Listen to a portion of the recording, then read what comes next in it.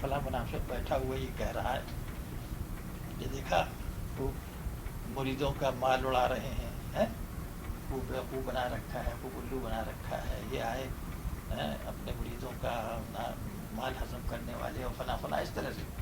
تو یہ ایک عجیب چیز ہے. تو یہاں دیکھیے کیسے انہوں نے ڈائریکٹ یہ کہا ہے حضور غوث پاک نے، اسمحونی یوما او اسبوعا لعلکم تتعلمون شیئا ینفعکم. تتعلمون شیئا ینفعکم، اتنی جو بات کر رہے ہیں نا کہ میں تمہیں وہ چیز بتا دوں، وہ چیز سکھا دوں کہ جو تمہیں فائدہ دے. تو اس میں برائی کیا تھی؟ ویحکم ویحکم والاکثر منکم ہوس فی ہوس. اب اگر یہ ہوس میں مبتلا نہ ہو، خواہشات میں مبتلا نہ ہو تو ظاہر فائدہ اٹھا سکتے ہیں، مگر اس کی حقیقت تو ان کو معلوم ہونا چاہیے. تعبدون الخلق فی صوامعکم، تو خلق کی عبادت اپنی عبادت خانوں میں کر رہے، مطلب یہ کہ انہی کی پرستش میں انہی کی خواہشات کو پورا کر رہے ہو. ھذا الامر لا یجیء بمرد القعود فی الخلوات مع الجہل. دیکھیں القعود فی الخلوات مع الجہل، یہ مع الجہل یعنی ایک تو ہوتا ہے خلوت میں بیٹھنا اور بیداری کے ساتھ، ہے نا، اور دوسرا ہوا جہل کے ساتھ، جہالت کے ساتھ. تو مضر جو چیز ہے وہ یہ جہالت کے ساتھ بیٹھنا ہے. اگر قلب کی بیداری کے ساتھ بیٹھیں خلوت میں تو فائدہ دے گی. یعنی مجرد خلوت میں بیٹھنے کی برائی نہیں کر رہے ہیں آپ، یعنی تم پہلے وہ علم تو حاصل کرو کہ جس سے تمہارا تعلق اللہ تعالیٰ سے ہو، پھر خلوتوں میں بیٹھو اور یہ کام کرو. وَيْلَكَمْ شِي فِي طَلَبِ الْعِلْمِ وَالْعُلَمَاءِ الْعُدَّالِ حَتَّى لَا يَبْقَى مَشْيٌ. یعنی افسوس، تم کو چاہیے کہ تم علم کی طلب میں، علماء کی طلب میں جاؤ اور اتنا ان کی طلب کرو کہ تم تھک جاؤ. یعنی تم اول تو تمہیں خود تلاش کرنا چاہیے، جستجو کرنا چاہیے. اور پہلے زمانے میں ایسا ہوتا تھا، حالانکہ حضور غوث پاک کے زمانے تک یہ بات تھی کہ لوگ علم دین حاصل جب کر لیتے تھے تو اس کے بعد پھر وہ جا کر کے ایسے لوگوں کی صحبت میں بیٹھتے تھے کہ جن کو اس پر عمل کرنے کی توفیق اللہ تعالیٰ کی طرف سے ملی ہے، اور ان کی صحبت میں دوسرے لوگ بیٹھ کر فائدہ اٹھاتے ہیں. تو وہاں پر پھر ان کی صحبت میں بیٹھ کر کے اور وہی علم جو انہوں نے حاصل کیا ہے اسی پر عمل کرنے کے طریقے، اخلاص کا طریقہ، خالص عبودیت کے طریقے، یہ ان کی صحبت میں بیٹھ کے حاصل کرتے تھے. لیکن آہستہ آہستہ یہ ہوا کہ علماء نے اس کو چھوڑ دیا تو ساری خرابی یہاں سے پیدا ہوئی. حتی لا امشی حتی لا تطابعک ما قال فاذا عجزت فقعد. تو ان کی تلاش میں نکلو اور ان کو تلاش کرو، اور جب تھک جاؤ تو پھر بیٹھ جاؤ. سر بظاہرک ثم بقلبک ومعنک. سر بظاہرک ثم بقلبک ومعنک. اب اس کی جو معنی انہوں نے دیے ہیں، اول اپنے ظاہر سے چل، سر وہی جس کو کہتے ہیں چلنا، سارا. پہلے اپنے ظاہر سے چل، پھر اپنے قلب سے چل، پھر باطن سے، معنی کا اپنے باطن سے، اپنے معنی سے چل. یعنی تلاش کرو اور تمہارے دل میں سچی طلب ہونا چاہیے. یہ نہیں کہ صرف ظاہراً تم یار میں تو ڈھونڈ رہا ہوں کوئی ملتا نہیں ہے، لیکن طلب ایک اندر طلب جو ہے نا بالکل اندر سے، دل جو ہے اس کی طلب میں بھرا ہوا ہو بالکل، اور اس میں صحیح قصد اور ارادہ پایا جائے تو مل جائے گا انشاءاللہ. صرف ظاہراً کہ ذرا یہاں وہاں تلاش کیا یار ہمیں تو کوئی سمجھ میں نہیں آیا، ایسی بات نہیں. اذا عجیت ظاہرا و باطن وقفت جاءک القرب من اللہ عز وجل والوصول الیہ. یہ ظاہر اور باطن میں جو تیرا کام تھا کوشش کرنے کا، جب تو اس کوشش کو اتنا کرے گا کہ تھک جائے گا اور پھر تو ٹھہر جائے گا، تو خود بخود اللہ تعالیٰ کا قرب تیری طرف آئے گا. اللہ تعالیٰ خود اس کا قرب اور وصول تجھے نصیب ہوگا. خود ایسے اسباب اللہ تعالیٰ پیدا کر دے گا کہ تجھے وہ بات حاصل ہو، اس لیے کہ تو اپنی طلب میں سچا تھا. اذن قطعت خطوات قلبک وذهب قباک فی السیر الیہ کان ذلک علامۃ قربک منہ. اب یہ کیسے پتہ لگے صاحب؟ قلب کے قدم تو تھک گئے، ہے نا، چلتے چلتے تیرے قلب کے قدم تھک گئے. انقطعت، اذن قطعت خطوات قلبک، تیرے قلب کے قدم جب منقطع ہو گئے، مطلب چلتے چلتے رک گئے. وَذَهَبَ قُوَاكَ فِي السَّيْرِ، اور تیری تمام طاقت جو ہے تلاش کرتے کرتے جاتی رہی. فِي السَّيْرِ إِلَيْهِ، کس کی طرف تلاش کس کی ہے؟ اللہ تعالیٰ کی. كَانَ ذَلِكَ عَلَامَةُ الْقُرْبِ مِنْكَ، کیونکہ تو نے اپنی پوری کوشش اپنی طاقت بھر طلب کر لی. تو انسان مکلف تو اتنا ہی ہے نا جتنی اس کی طاقت ہے. تو طلب جب اس نے کی ہے تو اس طلب کا نتیجہ ظاہر کرنا یہ اللہ تعالیٰ کا کام ہے، وہ صرف نہیں کر سکتا ہے. کہتے ہیں پھر تجھے وہ بات اللہ تعالیٰ کا قرب حاصل ہو جائے گا. فحینئذ سلم واسترح، بس اس وقت پھر تم بیٹھ جاؤ آرام سے. اما یبنی لک صومعۃ فی البریہ، یہاں تک پڑھا تھا.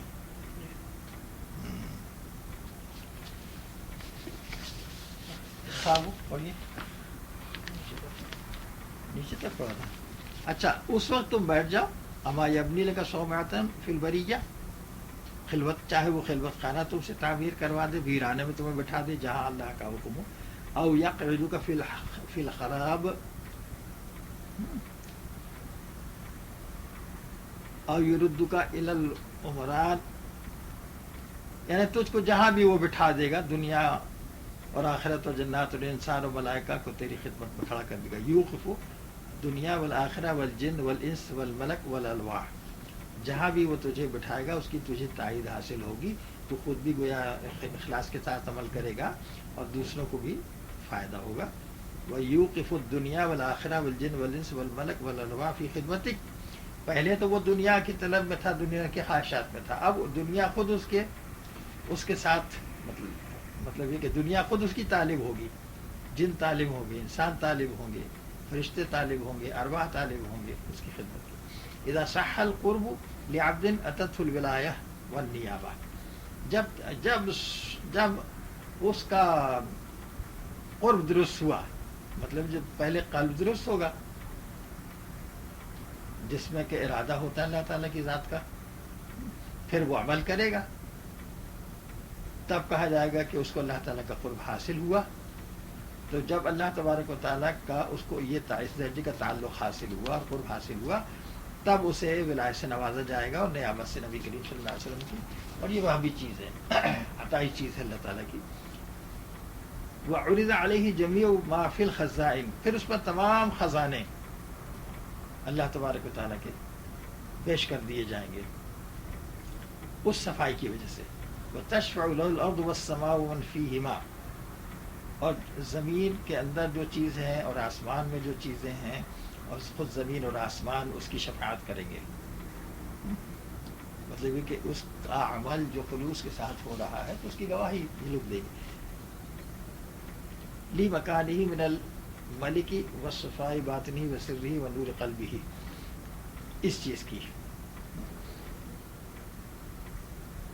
صفائی باطن کی، قلب میں نورانیت کی، اس کے سر کی صفائی کی، ان تمام چیزوں کی. لا یکون الاسلام والایمان عندک، یہ ابھی نہیں پڑھا. عندک عاریتن، یعنی اسلام اور ایمان کہیں تیرے پاس عاریت نہ ہوں گے، یعنی اب صحیح اسلام آئے گا تیرے پاس اور ایمان. یہاں سے لیجیے 464 کی آخری 2-3 لائنیں ہیں. اس کا فکر رکھ کہ اسلام اور ایمان کہیں تیرے پاس عاریت نہ ہو کہ چھین لیے جائیں. اس فکر کی وجہ سے تیرے خوف اور روزہ و نماز اور شب بیداری میں زیادتی ہوگی. یہی ہے جس سے اللہ والے سا سیما ہے اور جنگلی جانوروں میں جا شامل ہوئے اور زمین کی گھاس پات کھانے اور تالابوں کے پانی پینے میں ان کے شریک ہوئے کہ دھوپ ان کا سایہ بنی اور چاند ستارے ان کا چراغ. یہاں تک ہوا. یہ 65 کی 3 لائن ہو گئی. اچھا اب یہ کہہ رہے ہیں کہ لا یکون الاسلام والایمان عندک عاریتن، یعنی ابھی تک تو اسلام اور ایمان تمہارے پاس ایسا تھا گویا ادھار چیز ہے، لیکن جب صحیح معنی میں قلب اسلام اور ایمان رچ گیا اور اس کے مطابق عمل کیا اور اللہ تعالیٰ تک رسائی ہوئی، تو اب تم سے چھینا نہیں جائے گا. مطلب کہ جب ایک بار یہ ہو گیا تو اب نہیں چھینا جائے گا. بہذا یکثر خوفک و صومک و صلواتک و سارک، اور یہ حالت جب طاری ہو جائے گی نا تو پھر انسان کثرت سے ذکر کرتا ہے، کثرت سے نماز پڑھتا ہے، جاگے گا، شب بیداری کرے گا، اور اللہ تعالیٰ کا خوف یعنی اس کی خشیت، تو خوف کے ساتھ شوق بھی ہوتا ہے، صرف خوف کی وجہ سے عبادت نہیں کرتا بلکہ انتہائی رغبت اور انماق سے اس کا دل ہی ہمیشہ اس طرف کو لگا رہتا ہے، تب اسے یہ بات حاصل ہوتی ہے. بہذا حام القوم علی وجوہہم. یہ اچھا، اب اگر کوئی شخص بالکل اللہ تعالیٰ کے سامنے ہو اور وہ یہ دیکھ رہا ہو اللہ تبارک و تعالیٰ کو کہ وہ جس کو چاہتا ہے تیر پھینک کے مارتا ہے وہ ختم ہو جاتا ہے، اور جس کو چاہتا ہے چھوڑ دیتا ہے مثال کے طور پر، تو وہ تو بڑا سراسیمہ رہے گا. خدا خواستہ ہم سے کوئی لغزش نہ ہو جائے کہ ہم مارے جائیں. تو وہ جو قرب کی کیفیت ہے تو اللہ تعالیٰ کا خوف بھی ہے اور اللہ تعالیٰ سے رجا بھی ہے، امید بھی ہے. اچھا، والتحقوا بالوحش، والتحقوا بالوحش، اور جنگلی جانوروں میں جا شامل ہوگا. وزاحموہم فی حشائش الارض وماء العذران.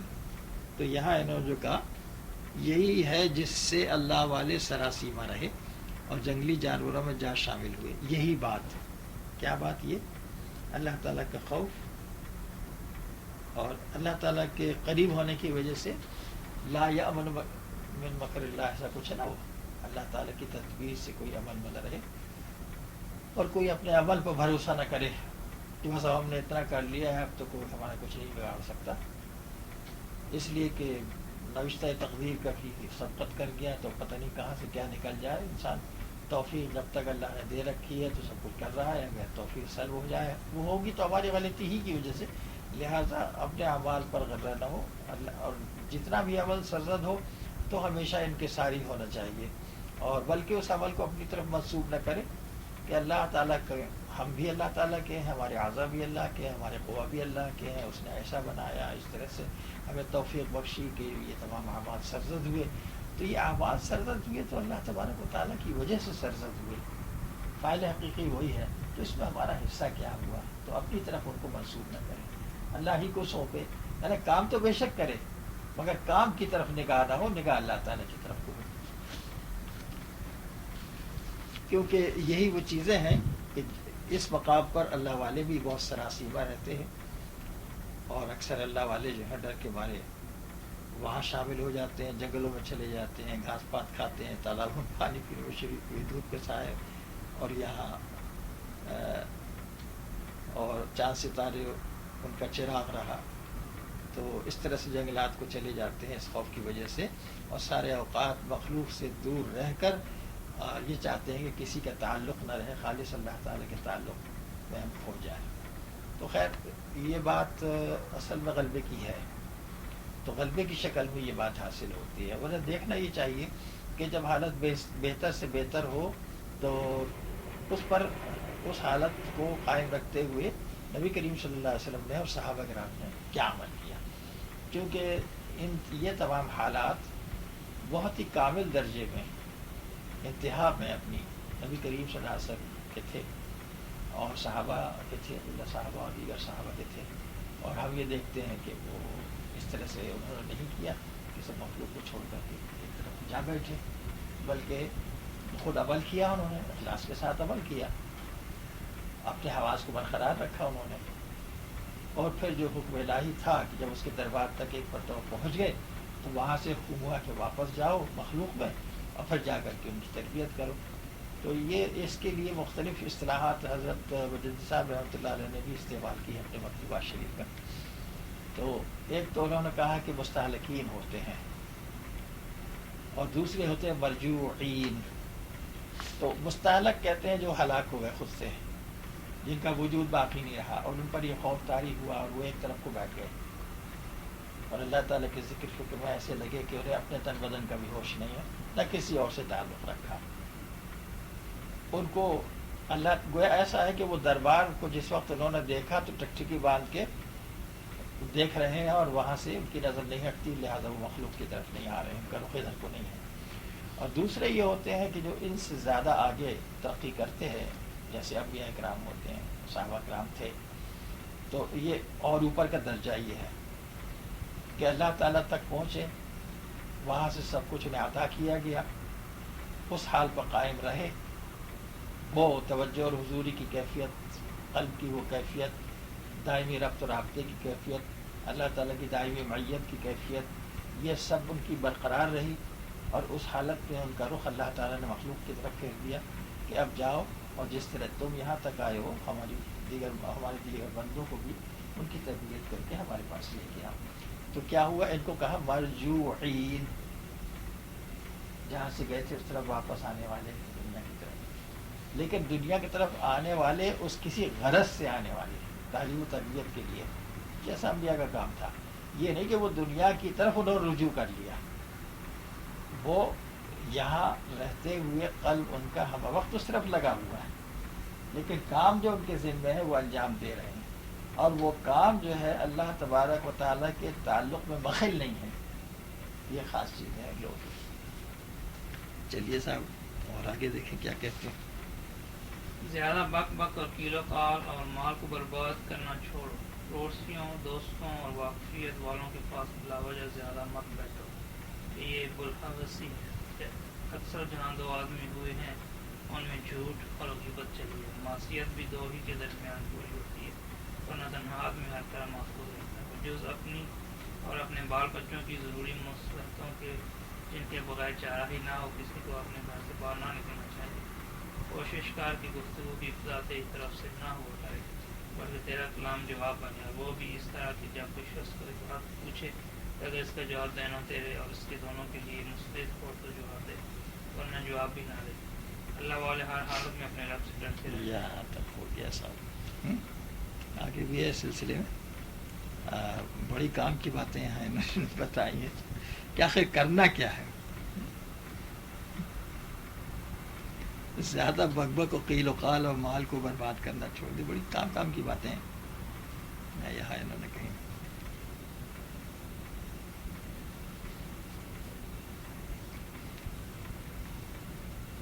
اچھا, دعو اکثر الہذیان والقال والقیل, چھوڑ دو, فضول بکواس چھوڑ دو, قیل و قال چھوڑ دو, بحث مباحثہ لوگوں سے, ہے نا. اور وَإِضَاعَةِ الْمَال, اور مال کو ضائع کرنا چھوڑ دو. مطلب یہ کہ مال کو اس کے جو حقوق اللہ نے بیان کیے ہیں اس کے مطابق خرچ کرو. لا تکثروا من القعود مع الجیران. اچھا, اب سوال یہ کہ اپنے پڑوسیوں کے ساتھ زیادہ مت بیٹھو. لا تکثروا من القعود من الجیران والاصدقاء والمعارف لغیر سبب, بغیر سبب کے, یعنی ضرورتاً تو پڑوسی سے بھی ملنا ہے, دوستوں سے بھی ملنا ہے, اور جو جان پہچان والے لوگ ہیں ان سے بھی ملنا ہے. تو یہاں انہوں نے جو کہا ہے حضرت غوث پاک نے, لا تکثروا من القعود من الجیران, کثرت سے ان کے ساتھ بیٹھنا اٹھنا یہ نہ کرو. والاصدقاء, دوستوں کے ساتھ, والمعارف, اور جان پہچان والوں کے ساتھ, لغیر سبب, بغیر کسی سبب کے. ضرورتاً تو بے شک سب سے ملنا ہے. اچھا, اب ان میں جو پڑوسی ہیں, اگر فرض کیجئے پڑوسی بھی اللہ تعالیٰ کا طالب ہے جی, تو یہ اس کی زد میں نہیں آئے گا, ہے نا. اور وہ اصدقاء جو ہیں, دوست احباب جاننے والے, وہ بھی اللہ تعالیٰ کے طالب ہیں, تو ظاہر ہے وہ تو بیٹھیں گے اٹھیں گے, ان کی نفی نہیں ہے, بلکہ یہاں ان کی نفی ہے اور ان سے منع کیا جا رہا ہے کہ جن کی صحبت میں بیٹھنے کے بعد دنیا میں جیسے وہ ڈوبے ہوئے ہیں وہی اثر ہم پر آئے گا. ایک تو اصلاح کے لیے بیٹھنا ہے جبکہ ان کے اندر طلب ہو. تو جب ان تینوں کے اندر طلب ہوگی, پڑوسی کے, دوستوں, جان پہچان والوں, ان میں سے جس کے اندر طلب ہوگی اس کے ساتھ ہی بیٹھے گا اٹھے گا تو فائدہ ہوگا. لیکن جب طلب نہیں ہے اللہ تعالیٰ کی, وہ دنیا اور خواہشات کے طالب ہیں, تو ان کے ساتھ بیٹھنے سے کوئی فائدہ نہیں ہے بلکہ اس کا اپنا نقصان ہے. اس لیے منع کیا ہے کہ ضرورتاً تو بے شک ان سے ملو جلو ضرورت کی حد تک, لیکن کثرت سے نہیں. فإن ذلک حوث, بات بھی واضح کر دی کہ پھر یہ حوث ہے, یعنی ایک تو دنیا کی طرف کو کہ جیسے وہ لگے ہوئے ہیں تم بھی لگ جاؤ گے. اکثر ما یذل الکذب والغیبۃ بین الاثنین, تو یہ بھی ہوتا ہے کہ جب دو آدمی بیٹھ جاتے ہیں تو زیادہ تر یہ ہوتا ہے کہ جھوٹ بولیں گے، کسی کی غیبت کریں گے، آپس میں ایک دوسرے کو سنائیں گے، والمعصیہ، معصیت کی نافرمانی کی باتیں کریں گے، انما تتم بین الاثنین، کہ یہ تمام باتیں جو ہیں، جھوٹ ہے، غیبت ہے، معصیت ہے، تو یہ ہمیشہ دو آدمی ہوئی کے درمیان تو ہوتی ہے نا.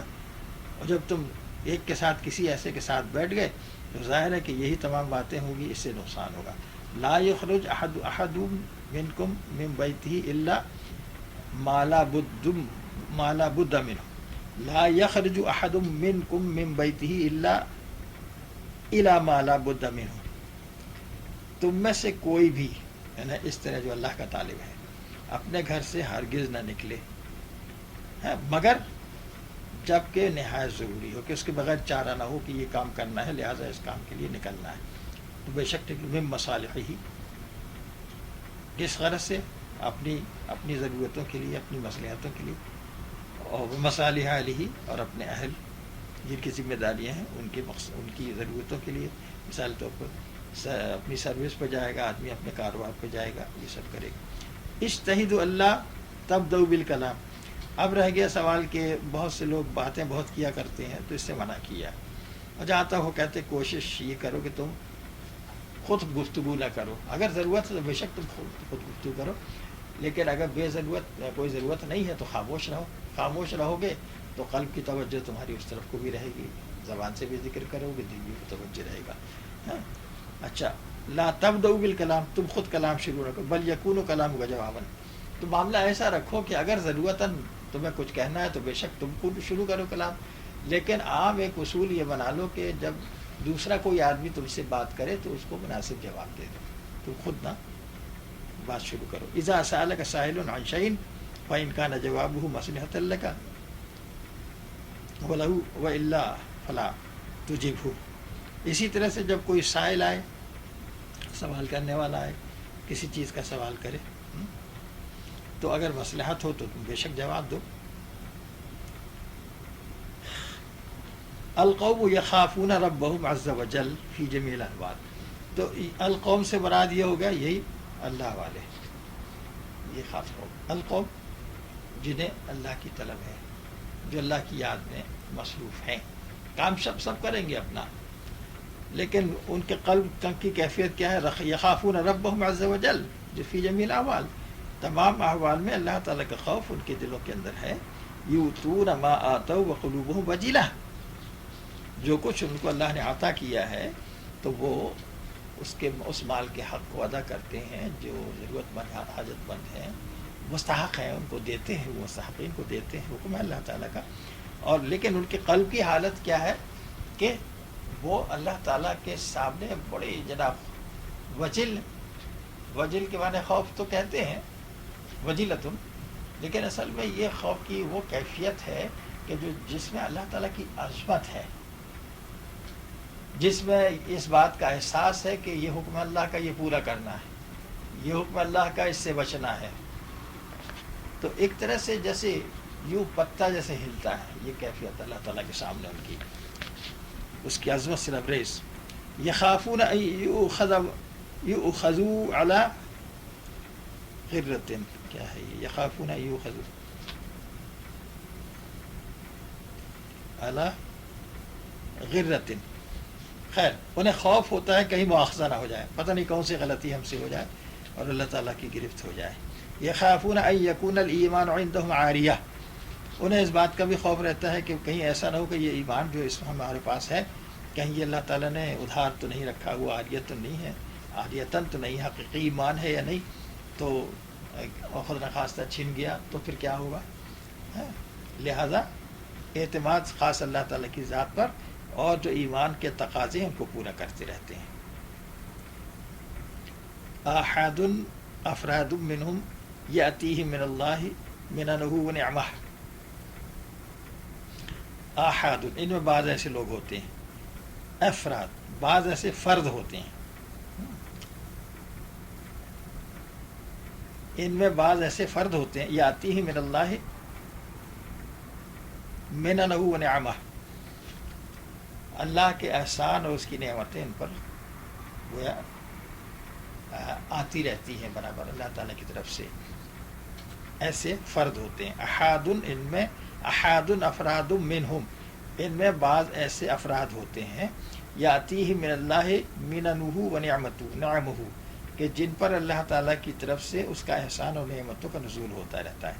فتدخل قلوبہم فی باب قربہ لہذا ان کے جو دل ہیں وہ گویا اس کے دربار کے دروازے پر در پہ پڑے ہوئے ہیں.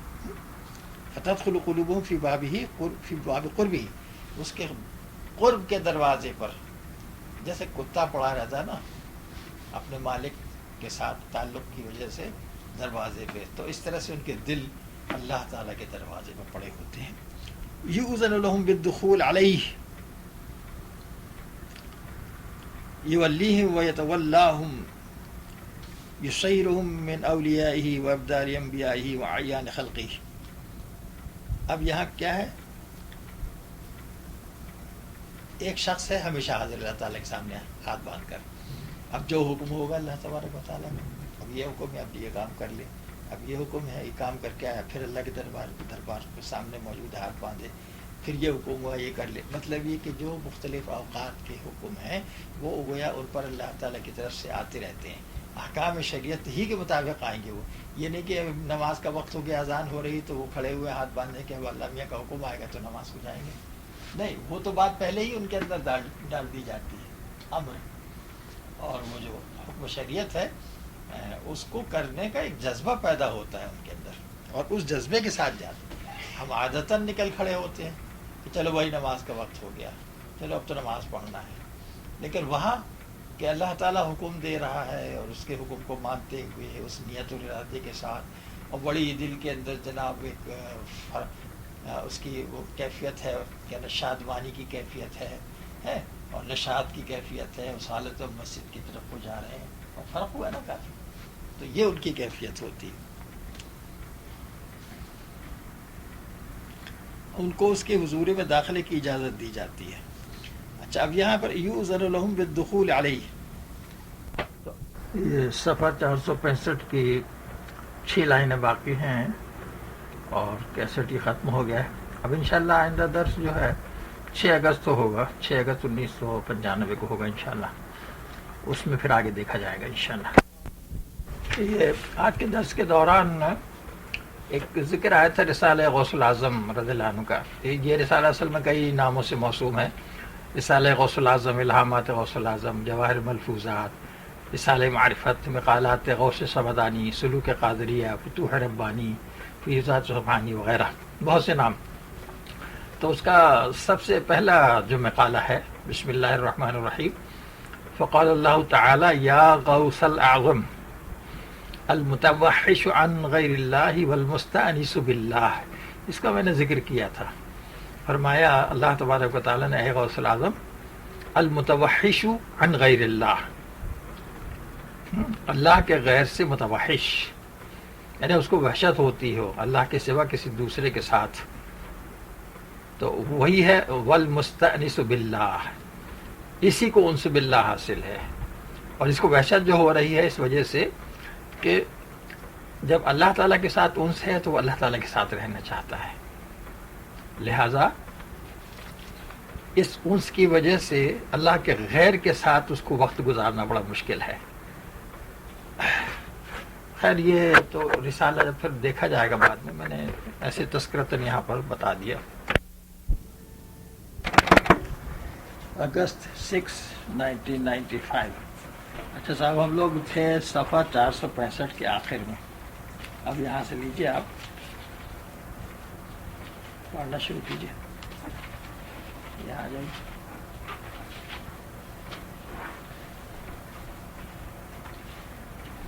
بسم اللہ الرحمن الرحیم. ان میں بعض ہوتے ہیں جن پر حق تعالیٰ کی طرف سے اطمینان دلانے کے احسانات و انعامات ہوتے ہیں کہ ان کو اس کی حضوری میں داخلے کی اجازت دی جاتی ہے اور ان کو سردار بناتا اور خود ان کی کارسازی فرماتا ہے. ان کو اپنے خاص اپنے اولیاء و نائبین انبیاء اور سربراہ مخلوقات میں قرار دیتا اور ان کو اپنے بندوں کا شیخ و سلطان بنا دیتا ہے.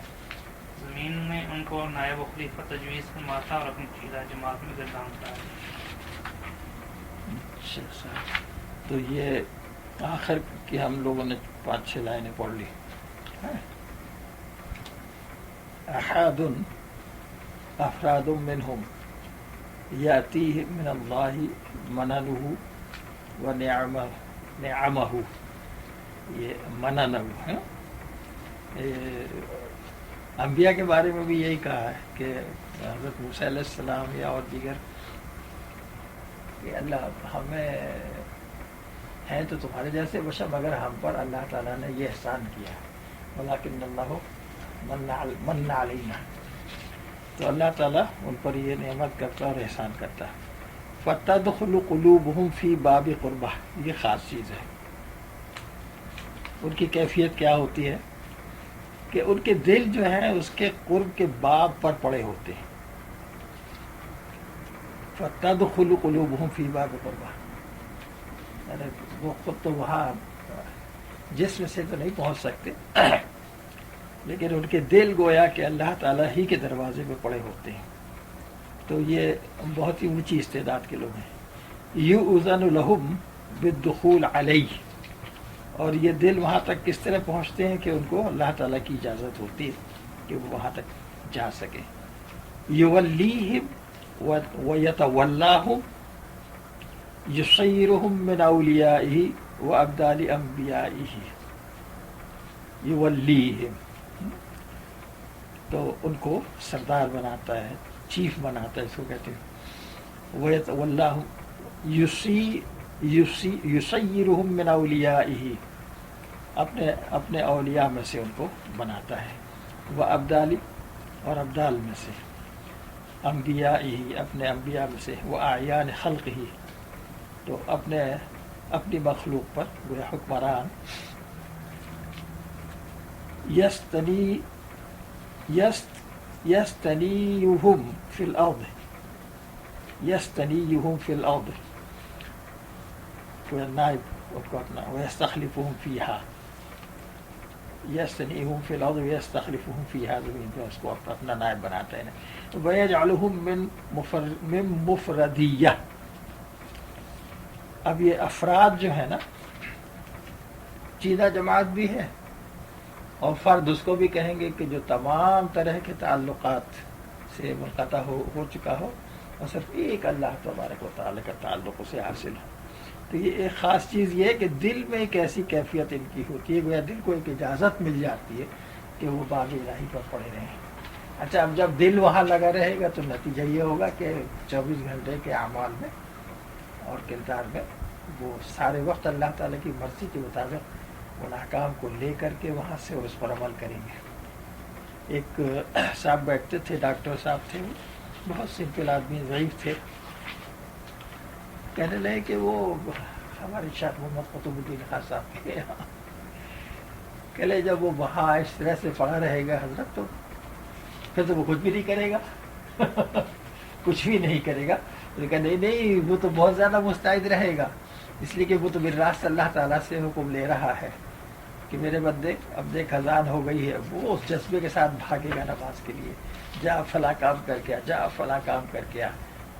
آپ اگر آپ سے کوئی بہت زیادہ محبت کرتا ہو اور آپ اس سے محبت کرتے ہیں, اب وہ آپ کے دروازے میں پڑا رہتا ہے اور آپ کا خادم ہے, تو وہ تو جو آپ کو حکم دیں گے تو فوری بھاگ کے جائے گا اور کام کر کے پھر فوراً واپس آ کر کے سامنے بیٹھ جائے گا اپنے اوقات کو ضائع کیے بغیر. تو یہ کیفیت انہوں نے بیان کی. اب آگے چلیے صفحہ 466 آیا. اللہ تعالیٰ نصیب کرے گا, بڑی اونچی کیفیت ہے. اپنے علم کا ان کو عالم بناتا, اپنے حکم کی گویائی بخشتا, اپنی عزت ظاہر سے ان کو نوازتا اور اپنی مدد سے ان کی اعانت فرماتا ہے. ان کی مفید اور مضر چیزوں سے ان کو آگاہ کرتا, ان کے قلوب میں ایمان کا قدم مضبوط جماتا اور ان کے ایمان کے سر پر معرفت کا تاج رکھتا ہے. تقدیر ان کی خادم بنتی ہے اور انسان جنات ملائکہ ان کی حضوری میں سر کر لیتے ہیں. فرمان عائشہ ان کے قلوب اور باطن کے نام صادر ہوتے ہیں. ان میں سے ہر شخص جو خود بادشاہ ہے, خود اپنی دار سلطنت کے تخت پر بیٹھا ہوا ہے اور اپنے لشکر کو ابلیسی کارروائی کی شکست اور مخلوق کی اصلاح کرنے کے لیے زمین میں چاروں طرف پھیلائے ہوئے ہیں. ماشاء اللہ بہت اچھا ہے. یعلمہم من علمہ، یعلمہ، اب علم کون سکھاتا ہے؟ اللہ تعالیٰ خود. یعلمہم من علمہ. اور دیکھیے کہ علم جو ہے وہ اصل میں نبی کریم صلی اللہ علیہ وسلم کے پاس تھا. آپ کو اللہ عطا کرتا تھا، آپ کو دیتا تھا اور آپ ہمیں سکھاتے تھے. اب اس کا تعلق اس درجے ہو گیا کہ وہی علوم جو نبی کریم صلی اللہ علیہ وسلم کے، یہ مطلب نہیں کہ کوئی دوسرے علوم اس کو ملتے ہوں. اور علم ہی جو ضمیر کا اشارہ ہے، اپنے علوم، اللہ تعالیٰ کے علوم، وہ اپنے علوم ان کو سکھاتا ہے، ان کو عطا کرتا ہے. وہ اچھا، اب علوم کا القاء جو ہے ایک ولی پر الگ ہوتا ہے، اس کو القاء کہتے ہیں، یعنی اس پر اتارنا اور علوم کو. اور نبی پر جو علوم آتے ہیں وہ وحی کے ذریعے سے آتے ہیں. تو وحی کے علوم جو ہیں وہ تو افضل ترین ہیں اور ان پر عمل بھی کرنا ہے. اور یعنی اس میں کوئی اپنی رائے کو دخل نہیں کسی قسم کا. اور خالص وحی تو بالکل ہی ایسی ہے کہ عین اللہ تعالیٰ کے الفاظ میں وہ چیز آتی ہے اور نبی پر فرشتے کے ذریعے سے اللہ تعالیٰ براست اس پر وحی کرتا ہے اور اس پر ایمان بھی لانا ہے. لیکن اب یہ جو علوم ان کے اوپر آتے ہیں، کیا ان پر ایمان لانا ہے؟ تو ان پر جو علوم آتے ہیں دراصل وہ علوم شریعت ہی کی تشریح ہوتی ہے. تو ایمان تو اصل ہم انبیاء کے ان علوم پر لائے ہیں، وہی پر ایمان لائے ہیں. اس کی وضاحت ہوتی ہے، اس پر عمل کا طریقہ مزید ہمارے لیے آسان طریقہ پر. زیادہ تر ایسا ہوتا ہے کہ ان پر جو علوم آتے ہیں تو علوم مثالی جس کو کہتے ہیں، تمثیل سے وہ ہم کو مختلف چیزوں کو سمجھا سکیں. وہی باتیں جو ہم وحی کو پڑھ کر کے مثال کے طور پر مس کر جاتے ہیں، یہ کسی نہ کسی مثال سے ہمیں سمجھا دیتے ہیں. تو ان پر اس طرح کے علوم وَيَنْتِقُهُمْ بِحُكْمِهِ. اب وَيَنْتِقُهُمْ، اچھا اب یہ جو اولیاء اللہ بولتے ہیں تو اپنی خواہش سے نہیں بولتے، یہ بھی اس کے حکم سے بولتے ہیں. وَيُكْرِمُهُمْ بِكَرَامَتِهِ، اپنی عزت جو ان کو دی گئی ہے، کرامت جو انہیں دی گئی ہے، تو وہ اللہ تعالیٰ نے اپنی کرامات میں سے عزت افزائی جو کی ہے، تو وہ عزت اللہ کی، اصل عزت اللہ کی ہے، اس نے عطا کی. وَيَمُدُّهُمْ بِإِمْدَادِهِ، اپنی مدد سے ان کو نوازتا ہے. ہر معاملے میں اس کی مدد شامل حال ہوتی. يُعَرِّفُهُمْ مَا لَهُمْ وَعَلَيْهِمْ، يُعَرِّفُهُمْ مَا لَهُمْ وَعَلَيْهِمْ. ایسا ہوتا ہے کہ چیزیں ہیں ان کے لائق، ان کے لیے مفید کیا ہے اور ان کی مخالف کیا جا رہی ہے. تو یہ تمام علوم تو قرآن کریم میں اور احادیث میں موجود ہے کہ ان کے لیے کیا چیز مفید ہے اور ان کے لیے کیا چیز مضر ہے. تو سوال یہ کیا یہ دوسری کوئی بات ہوتی ہے؟ نہیں، وہی تمام باتیں ہوتی ہیں، مگر اس پیرائے میں کہ ہم آسانی سے ان کو سمجھ کر عمل کر سکیں. یرسخ قدم الایمان فی قلوبہم، یرسخ قدم الایمان فی قلوبہم. تو دل میں ایمان کی استقامت، دل میں ایمان کا جم جانا مضبوطی سے، تو اس کی تو کوشش کرنا ہے اور یہ اللہ تعالیٰ انہیں عطا کرتا ہے. وَيَجْعَلُ التَّاجَ الْمَعَارِفَةَ عَلَى رَأْسِ ایمانہم، اب ان کے ایمان پر معرفت کا تاج، دیکھیے وَيَجْعَلُ تَاجَ الْمَعْرِفَةِ عَلَى رَأْسِ ایمانہم، معرفت کا تاج ان کے سر پر نہیں رکھتا، ان کے ایمان کے سر پر رکھتا ہے. القدر یخدمہم، القدر یخدمہم، تقدیر ان کی خادم بنتی ہے. یعنی جو کچھ وہ زبان سے نکالتے ہیں وہ جو اللہ کو منظور ہے اس کے مطابق ان کی زبان سے نکلتا ہے. یہ مطلب نہیں ہے کہ تقدیر میں جو کچھ لکھا ہوا ہے خدا نخواستہ تو وہ جیسا چاہے الٹ پلٹ کر دیں، نہیں، الٹ پلٹ تقدیر میں جو بھی تبدیلی ہوگی، یمحو اللہ ما یشاء ویثبت وعندہ ام الکتاب، تو یہ تمام اللہ تعالیٰ جو چاہے مٹا دے، جو چاہے باقی رکھے، اس کے پاس ام الکتاب ہے. تو یہ سارا کام تو اللہ تعالیٰ کا ہے. اس میں عمل دخل یہ بات نہیں ہے کہ وہ تقدیر پر کچھ تصرف ان کا ہوتا ہے، بلکہ اس کے مطابق ہی وہ بات کرتے ہیں، اور اس کے مطابق لوگ جو گفتگو کرتے ہیں ان کو رائے دیتے ہیں. اور عام آدمی جو ہے وہ ایک اندازے کے مطابق دیتا ہے، ظن کے مطابق. یہ فرق ہے. والانس والجن والملائکۃ قیام بین ایدیہم، جن بھی، انسان بھی اور ملائکہ بھی، قیام بین ایدیہم، ان کے سامنے کھڑے ہوتے ہیں، حاضر ہوتے ہیں. مطلب کہ اللہ تعالیٰ نے مدد کے لیے ان کو بھی ان کے مدد کے لیے مقرر کیا. التواقیع تأتی الی قلوبہم،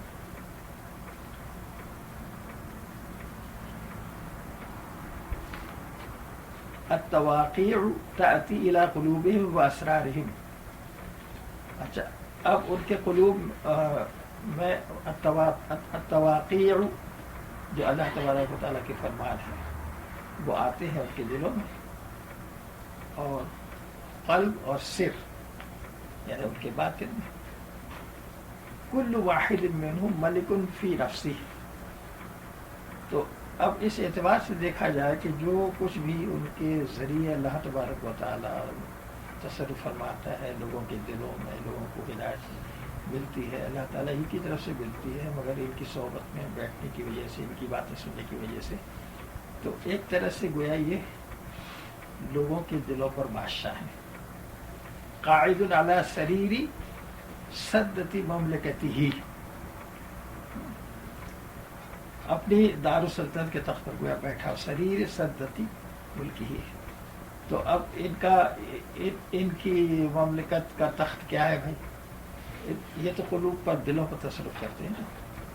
وَيَبُثُّ جُنْدَهُ فِي الْأَرْضِ لِإِصْلَاحِ الْخَلْقِ، يَبُثُّ جُنْدَهُ فِي الْأَرْضِ لِإِصْلَاحِ الْخَلْقِ.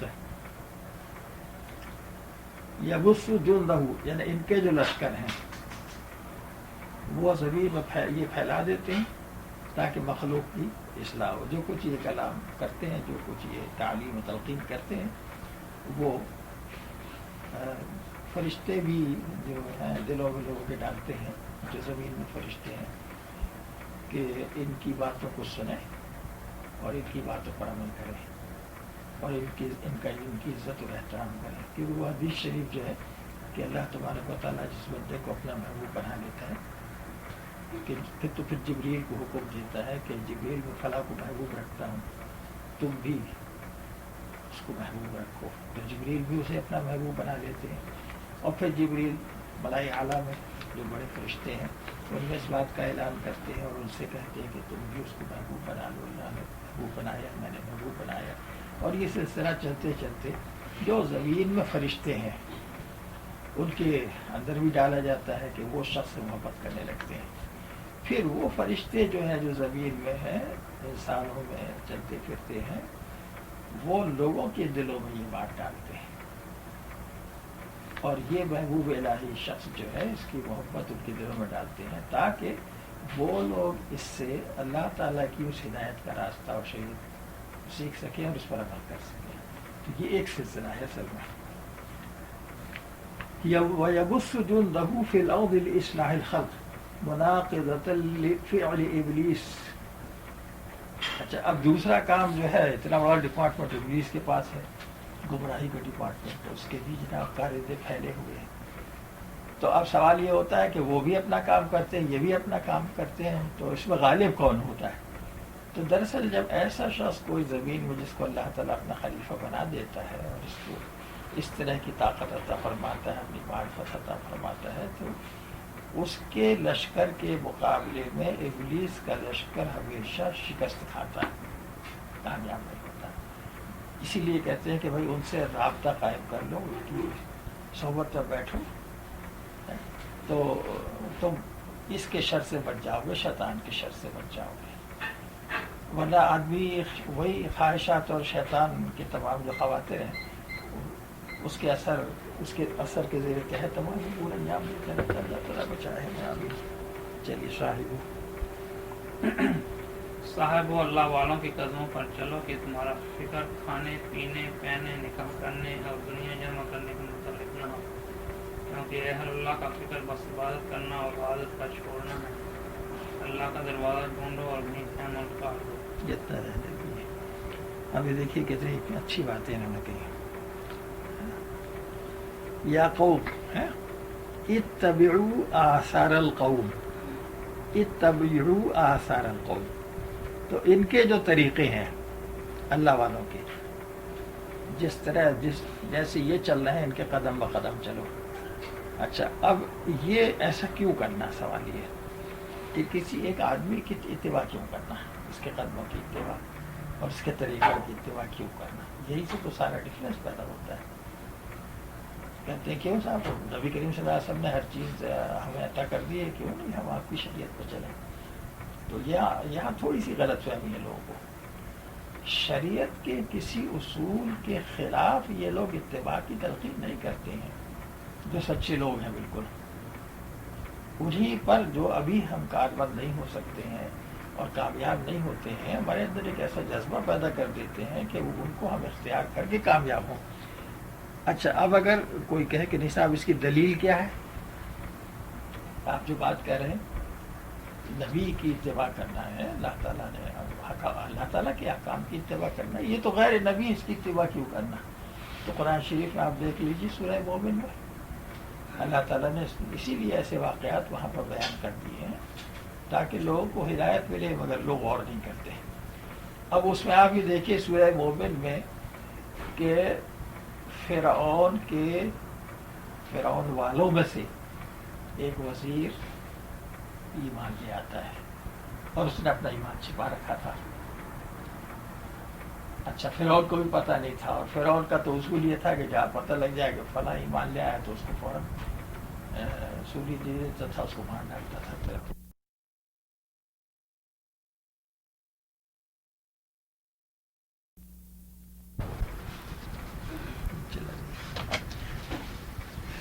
تو قرآن شریف میں تمام یہ موجود ہے سورہ مومن میں کہ وہاں جب مشورہ یہ ہو رہا تھا تمام دربار میں کہ موسیٰ علیہ السلام کو قتل کر دیا جائے، ان کو ختم کر دیا جائے،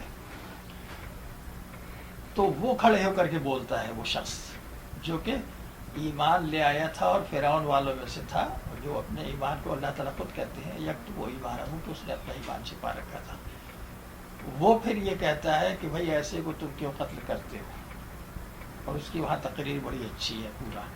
اور ایک خاص بات جو یہاں میں پوائنٹ آؤٹ کرنا چاہتا ہوں، بتانا چاہتا ہوں، وہ یہ ہے کہ وہ کہتا ہے کہ تم میری اتباع کرو،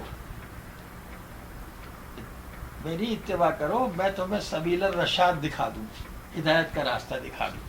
اب یہ الفاظ اللہ تعالیٰ نے خود کہے ہیں قرآن شریف میں، اتبعوا اهدیکم سبیل الرشاد، اس طرح کے کچھ الفاظ ہیں، غالباً یہی ہو سکتے ہیں جو میں کہہ رہا ہوں. میری اتباع کرو اور میں تمہیں سبیل الرشاد دکھا دوں، ہدایت کا راستہ. تو دیکھیے وہاں دلیل موجود ہے، وہاں موسیٰ علیہ السلام بھی موجود ہیں اور وہ تقریر کر رہا ہے اور کہہ رہا ہے کہ یہ نہیں کہتا کہ موسیٰ علیہ السلام کی اتباع کرو. اب کیوں اپنی اتباع کے لیے کیوں کہہ رہا ہے؟ اس لیے کہ وہ تو ان پر ایمان لے آئے حضرت موسیٰ علیہ السلام پر اور اللہ تعالیٰ پر، اور انہی کے راستے کو اس نے اختیار کیا ہوا ہے، اور وہی راستہ وہ بتائے گا، کوئی نیا راستہ نہیں بتائے گا. اور وہ تقریر بڑی لمبی چوڑی ہے، وہ خاصی میں دیکھیے کہ اس یہاں پر اس کو میرے خیال سے لا کے اور پورا دیکھ لیتے ہیں، پڑھ لیتے ہیں. اس کو یہاں سٹاپ کر دیں. اچھا صاحب یہ سورۃ المومن جو ہے 40 نمبر کی سورت ہے. اب اس میں آپ یہ دیکھیے آیت نمبر 26 سے پڑھتے ہیں. اعوذ باللہ من الشیطان الرجیم. وقال فرعون ذرونی اقتل موسیٰ ولیدع ربہ انی اخاف ان یبدل دینکم او ان یظہر فی الارض الفساد. پہلی آیت یہ ہوئی 26. تو فرعون نے کہا کہ مجھے چھوڑو، میں موسیٰ کو قتل کروں اور وہ اپنے رب کو پکارے. میں ڈرتا ہوں کہیں وہ تمہارا دین بدل دے، یہ زمین میں فساد پھیلائے. یعنی یہ سمجھتا تھا کہ موسیٰ علیہ السلام زمین میں فساد پھیلا رہے ہیں، حالانکہ خود فسادی تھا. وقال موسیٰ، اب دیکھیں ہے نا موسیٰ علیہ السلام موجود، وقال موسى إني عزت بربي وربكم من كل متكبر لا يؤمن بيوم الحساب. اور موسیٰ علیہ السلام نے کہا کہ میں تمہارے اور اپنے رب کو کی پناہ لیتا ہوں ہر متکبر سے کہ حساب کے دن پر یقین نہیں لاتا. اب دیکھیے وہی یہ بولتا ہے، دوسرا وہ شخص بولتا ہے وقال رجل مؤمن من آل فرعون يكتم إيمانه أتقتلون رجلا أن يقول ربي الله وقد جاءكم بالبينات من ربكم وإن يك كاذبا فعليه كذبه وإن يك صادقا يصبكم بعض الذي يعدكم إن الله لا يهدي من هو مسرف كذاب. اب یہ بولا فرعون والوں میں سے ایک مرد مسلمان کہ اپنے ایمان کو چھپاتا تھا. کیا ایک مرد کو اس پر مارے ڈالتے ہو کہ وہ کہتا ہے کہ میرا رب اللہ ہے اور بے شک وہ روشن نشانیاں تمہارے پاس تمہارے رب کی طرف سے لائے، اور اگر بالفرض وہ غلط کہتے ہیں تو ان کی غلط گوئی کا وبال ان پر پڑے گا، اور اگر وہ سچے ہیں تو وہ وبال تم کو پہنچے گا. کچھ وہ جس کا جو کچھ وہ تمہیں وعدہ دیتے ہیں اگر سچ کہتے ہیں تو تم پھنسو گے، اور اگر تم سمجھتے ہو کہ وہ غلط ہے تو اس کا وبال انہیں پر پہنچے گا. بے شک اللہ راہ نہیں دیتا اسے جو حد سے بڑھنے والا جھوٹا ہو. اب یہاں انہوں نے وضاحت بھی کی ہے یہ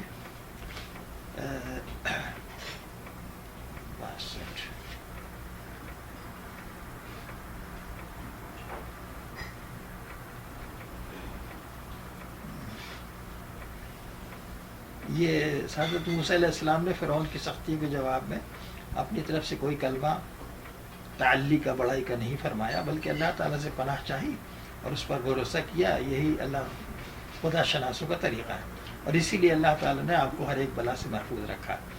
ان مبارک جملوں میں کیسی نفیس ہدایتیں ہیں. یہ فرمانا کہ میں تمہارے اور اپنے رب کی پناہ لیتا ہوں، اور اس میں ہدایت ہے کہ رب ایک ہی ہے. یہ بھی ہدایت ہے کہ جو اس کی پناہ میں آئے اس پر بھروسہ کرے اور اس کی مدد فرمائے، اس کو کوئی ضرر نہیں پہنچا سکتا ہے. یہ بھی ہدایت ہے کہ اسی پر بھروسہ کرنا شان بندگی ہے، اور تمہارا رب فرمانے میں یہ بھی ہدایت ہے اگر تم اس پر بھروسہ کرو تو تمہیں بھی سعادت ہو. تو اس سے ان کا صدق ظاہر ہو گیا، نبوت تو ثابت ہوئی. اچھا، پھر جو کچھ اس شخص نے کہا اس کا مطلب یہ ہے کہ دو حال سے خالی بات دو حال سے خالی نہیں. اگر موسیٰ علیہ السلام سچے ہوں گے یا جھوٹے ہوں گے، اگر جھوٹے ہوں تو ایسے معاملے میں جھوٹ بول کر اس کے وبال سے بچ ہی نہیں سکتے، ہلاک ہو جائیں گے.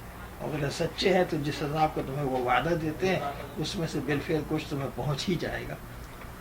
کچھ پہنچنا اس لیے کہا کہ آپ کا وعدہ عذاب دنیا اور آخرت دونوں کو عام تھا، اس میں سے بالفعل عذاب دینا ہی پیش آنا تھا. یعنی کچھ ابھی یہاں اور بعد میں ہوگا. اس کے بعد پھر وہی شخص کہتا ہے یا قوم لکم الملک اليوم ظاہرین فی الارض فمن ینصرنا من بأس اللہ ان جاءنا قال فرعون ما اریکم الا ما ارا وما اہدیکم الا سبیل الرشاد. اے میری قوم، آج بادشاہی تمہاری ہے، اس زمین میں غلبہ رکھتے ہو. وہی شخص کہہ رہا تو اللہ کے عذاب سے ہمیں کون بچا لے گا اگر ہم پر وہ عذاب آئے. تو فرعون بولتا ہے، دیکھیے فرعون بولا تو میں تو تمہیں وہی سمجھاتا ہوں جو میری سوجھ ہے، الا ما ارا، میں جو دیکھتا ہوں، وما اہدیکم الا سبیل الرشاد، اور میں تو تمہیں وہی بتاتا ہوں جو بھلائی کا راستہ ہے. یہ سبیل الرشاد کیا ہے؟ راستہ ہدایت کا. اب دیکھیے فرعون کا دعویٰ یہ کہ میں ہدایت کا راستہ بتاتا ہوں تمہیں، سبیل الرشاد. دیکھیے اب وہ شخص کہتا ہے وقال الذی آمن یا قوم انی اخاف علیکم مثل یوم الاحزاب. اب وہ پھر ڈراتا ہے ان کو. ایمان والا بولا اے میری قوم، مجھے تم پر اگلے گروہوں کے دن کا سا خوف ہے کہ ایسا عذاب کہیں تم پر نہ آئے. مثل دأب قوم نوح وعاد وثمود والذین من بعدہم واللہ یرید ظلما للعباد. جیسا دستور گزرا نوح کے قوم پر، عاد اور ثمود پر اور ان کے بعد دوسروں پر، اور اللہ بندوں پر ظلم نہیں چاہتا. تو تم اس ایسی چیزوں سے ڈرو کہ یہ تمہارا انجام نہ ہو. وَيَا قَوْمِ إِنِّي أَخَافُ عَلَيْكُمْ يَوْمَ التَّنَادِ، اور اے میری قوم میں تم پر اس دن سے ڈرتا ہوں جس دن پکار مچے گی، قیامت کا، حساب کتاب کا دن، کہ تم ایک مصیبت میں مبتلا رہو گے. اس لیے ابھی اپنا راستہ بدل لو. یوم تولون مدبرین، یوم تولون مدبرین، پیٹ پھینک بھاگو گے، لیکن بھاگ کہاں سکیں گے وہاں سے، جس دن پیٹھ دکھا کر بھاگو گے. ما لکم من اللہ من عاصم، اور تمہیں اللہ سے کوئی بچانے والا نہیں ہوگا، اس لیے کہ وہاں تو گرفت ہے نا جہنم سے، تو وہاں سے میدان حساب سے تو بھاگ کے کہیں نہیں جا سکتے. وَمَن يُضْلِلِ اللَّهُ فَمَا لَهُ مِنْ هَادٍ، اور جسے اللہ گمراہ کرے اسے کوئی راہ دکھانے والا نہیں. وَلَقَدْ جَاءَكُمْ يُوسُفُ مِنْ قَبْلُ بِالْبَيِّنَاتِ فَمَا زِلْتُمْ فِي شَكٍّ مِّمَّا جَاءَكُمْ بِهِ حَتَّى إِذَا هَلَكَ قُلْتُمْ لَن يَبْعَثَ اللَّهُ مِنْ بَعْدِهِ رَسُولًا كَذَلِكَ يُضِلُّ اللَّهُ مَنْ هُوَ مُسْرِفٌ مُرْتَابٌ. اس سے پہلے یوسف علیہ السلام بھی آئے روشن نشانیاں لے کر اللہ تعالیٰ کی طرف سے، لیکن تم ان کے لائے ہوئے شک ہی کرتے رہے، یہاں تک کہ جب انہوں نے انتقال فرمایا تو تم نے یہ کہا کہ ہرگز اب اللہ کوئی رسول نہ بھیجے گا. اللہ یوں ہی گمراہ کرتا ہے اسے جو حد سے بڑھنے والا، شک لانے والا ہے. تو اب ان کے بعد آخر یہ رسول آئے نہ آئے. الذین یجادلون فی آیات اللہ بغیر سلطان اتاہم کبر مقتا عند اللہ وعند الذین آمنوا کذلک یطبع اللہ علی کل قلب متکبر جبار. مزید وہ یہ کہہ رہا ہے جو اللہ کی آیتوں میں جھگڑا کرتے ہیں بے کسی سند کے جو انہیں ملی ہو. کس قدر سخت بیزاری کی بات ہے اللہ کے نزدیک اور ایمان والوں کے نزدیک. اللہ تعالیٰ یوں ہی مہر کر دیتا ہے متکبر سرکش کے سارے دل پر. یہ طبع مہر کرنا، من علی کل قلب متکبر جبار، جہاں تکبر آیا اور ظلم اور یہ تمام چیزیں تو دل پر مہر پڑ جاتی ہے. وقال فرعون، اب فرعون اس کا جواب دیتا ہے، یا حامان، وقال فرعون یا حامان ابن لی شرحا لعلی ابلغ اسباب السماوات فاطلع الى الہ موسیٰ وانی لأظنہ کاذبا وکذلک زین لفرعون سوء عملہ وصد عن السبیل وما کید فرعون الا فی تباب. اب ابھی فرعون کہہ رہا اپنی بات، حامان کو حکم دے رہا ہے کہ اے حامان، میرے لیے ایک اونچا سا محل بنا، شاید میں اس میں پہنچ کے دیکھوں، جھانک کے دیکھوں موسیٰ کے رب کو. ہے گاہے کے راستے آسمانوں کے، تو موسیٰ کے خدا کو جھانک کر دیکھوں، اور بے شک میرے گمان میں تو یہ موسیٰ جھوٹا ہے، مجھے تو یہ موسیٰ جھوٹا لگتا ہے. یہی بات اس طرح سے فرعون کی نگاہ میں یہ برا کام جو ہے یہ مزین ہو گیا.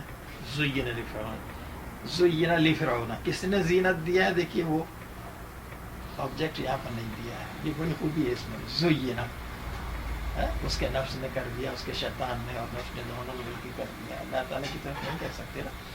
تو زینت دی گئی فرعون کو کہ وہ برے اعمال جو وہ کرتا تھا وہ اچھے سمجھتا تھا، برے اعمال برے نہیں اسے نظر آتے تھے، اور راستے سے خود بھی اور بھٹکا ہوا تھا، دوسروں کو بھی روکتا تھا.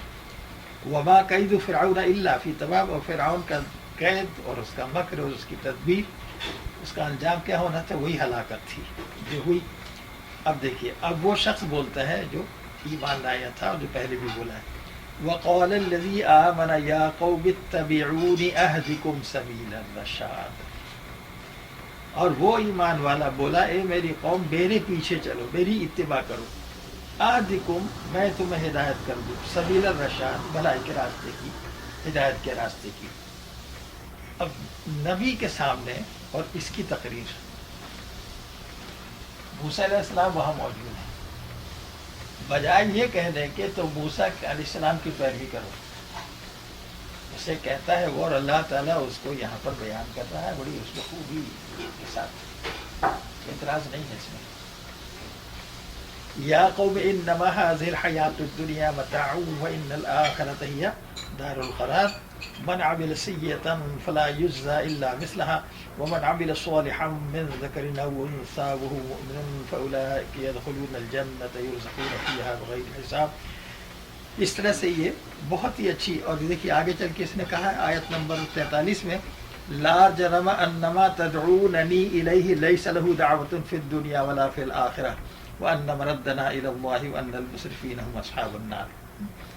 یعنی یہ بات تو بالکل ثابت ہے کہ جس کی طرف تم مجھے بلاتے ہو اسے بلانا کہیں کام کا نہیں دنیا میں نہ آخرت میں. اور یہ ہمارا پھرنا اللہ کی طرف ہے اور یہ کہ حد سے گزرنے والے ہی دوزخی ہیں. پھر اس کے بعد فَسَتَذْكُرُونَ مَا أَقُولُ لَكُمْ وَأُفْوِضُ أَمْرِي إِلَى اللَّهِ إِنَّ اللَّهَ بَصِيرٌ بِالْعِبَادِ. آیت 44 میں کہتا ہے جو کچھ میں کہہ رہا ہوں وہ وقت جلد آنے والا ہے. اس وقت تم میری بات کو یاد کرو گے. ابھی تم تسلیم کرنے کو تیار نہیں ہے. اور میں اپنے کام کو اللہ کے سپرد کرتا ہوں. بے شک اللہ بندوں کو دیکھتا ہے. اب دیکھیے یہی کہ یہی فرعون کے سامنے دونوں موجود ہیں اور وہ ایمان والا شخص جو موسیٰ علیہ السلام پر چھپ کر ایمان لایا وہ کہتا ہے میری اتباع کرو. اب لوگ جب یہ لوگ جو ہے بزرگان دین اولیاء اللہ کہ جن کو اللہ نے یہ مقام عطا کیا ہے یہ مقام اس کو جو مقام عطا کیا یہ اہل ایمان کو جو فرعون کے دربار میں تھا وہی ولایت کا مقام ہے. اس میں وہی سرفرازی ہے قرب کی سرفرازی ہے وہی علوم الہیہ اس کو عطا کیے گئے. دیکھیے آپ کے کتنا اللہ نے اس پر نوازش کی ہے. وہی تو تمام چیزیں ان لوگوں کے پاس بھی آتی ہیں کہ جو ہم سے کہتے ہیں کہ آپ ہماری پیروی کیجیے ہم آپ کو راستہ دکھا دیں. بے شک ہدایت تو اللہ تبارک و تعالیٰ کی ہے. اور یہ جو لوگ اعتراض تمام اس پر کرتے ہیں قرآن شریف پر دیکھنے کہ اللہ تعالیٰ نے ایسا واقعہ بھی یہاں پیش کر دیا. اللہ تعالیٰ ہدایت دے بھارا.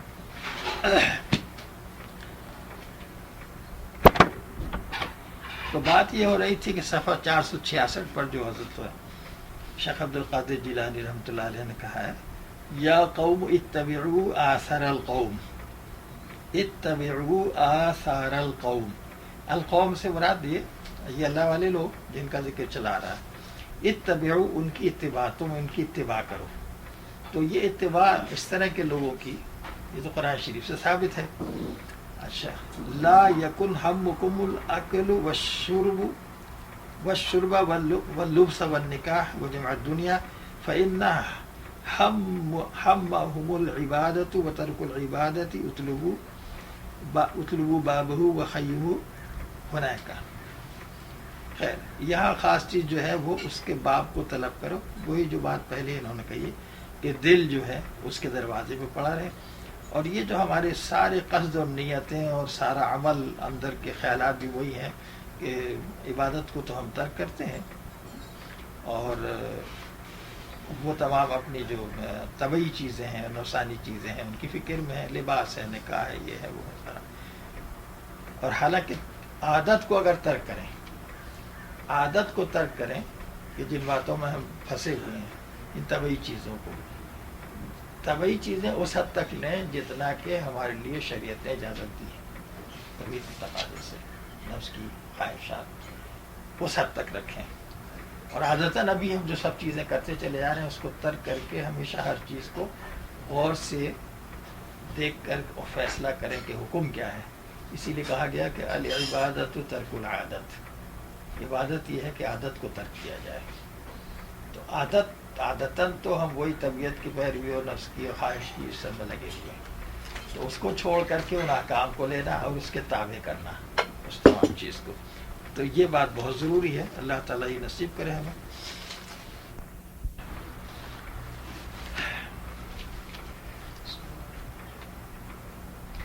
حق تعالیٰ کے دروازہ سے تکالیف کے اسباب بھاگ و مت کے بلاؤ آفات اور امراض و تکالیف سے تو وہ تم کو جگاتا ہے تاکہ دکھ میں وہ یاد آوے اور تم اس کے طالب بنو. اس کے دروازہ سے ہٹے نہ ہو. ان لوگوں میں سے نہ بنو جو خبت کرتے ہیں اور جانتے ہی نہیں کہ حق تعالیٰ کو ان سے کیا مقصود ہے. اس کی عبادت کرو اس کے بعد عبادت میں اخلاص حاصل کرو. کیا تم نے سنا نہیں وہ کیا فرماتا ہے کہ میں جنات اور انسان کو صرف اسی لیے پیدا کیا ہے تاکہ وہ میری عبادت کریں. تم اس مضمون کو حق کہتے ہو اور جان چکے ہو پھر کیا وجہ ہے کہ اس کی عبادت چھوڑے بیٹھے اور اس تک پہنچنے والے راستے میں مخلوق کا واسطہ بنے ہوئے لوگ. جو شخص بھی اللہ کی عبادت نہیں کرتا وہ انہی لوگوں میں داخل ہے جن کو اس کا پتہ نہیں کہ وہ کیوں پیدا کیے گئے ہیں. جو لوگ تحقیق اور واقعیت کے برسر قدم ہیں انہوں نے جان لیا کہ وہ عبادت ہی کے لیے پیدا ہوئے ہیں اور ان کو ضرور مرنا اور مرنے کے بعد زندہ ہونا ہے، لہٰذا وہ بندہ ہونے کا ثبوت دیتے ہیں۔ یہاں تک ہو گیا، یہ آپ کے 467 پہ 4 لائنیں تک ہو گئی آپ کی۔ دیکھیے کیسی باتیں ہیں، اس میں کون سی ایسی بات ہے جو قابل اعتراض ہو سکتی ہے؟ لا تہربوا من باب الحق عز وجل، تو اب یہاں تک تو وہ لے آئے تھے کہ اللہ کے دروازے پر حاضری دو، وہاں ان کے دل پڑے رہے اور وہاں سے نہ بھاگو۔ لا تہربوا من ابواب الحق عز وجل لاجل آفات، اجلی آفات، یہ آفات کے آنے کی وجہ سے۔ فإنه ينبهكم بالبلاء والآفات والأمراض والأوجاع، ينبهكم، تو ان تکالیف اور بلا اور آفتوں کے ذریعے سے وہ تم کو آزمانا چاہتا ہے، یا آزمانا نہیں ہے بلکہ یہاں پر تنبیہ کرنا چاہتے ہیں، جس سے ہم تنبیہ کہتے ہیں نا، ينبهكم، تنبیہ کرنا چاہتا ہے، یہ لفظ ہے نا ينبهكم، تم کو تنبیہ کرنا چاہتا ہے۔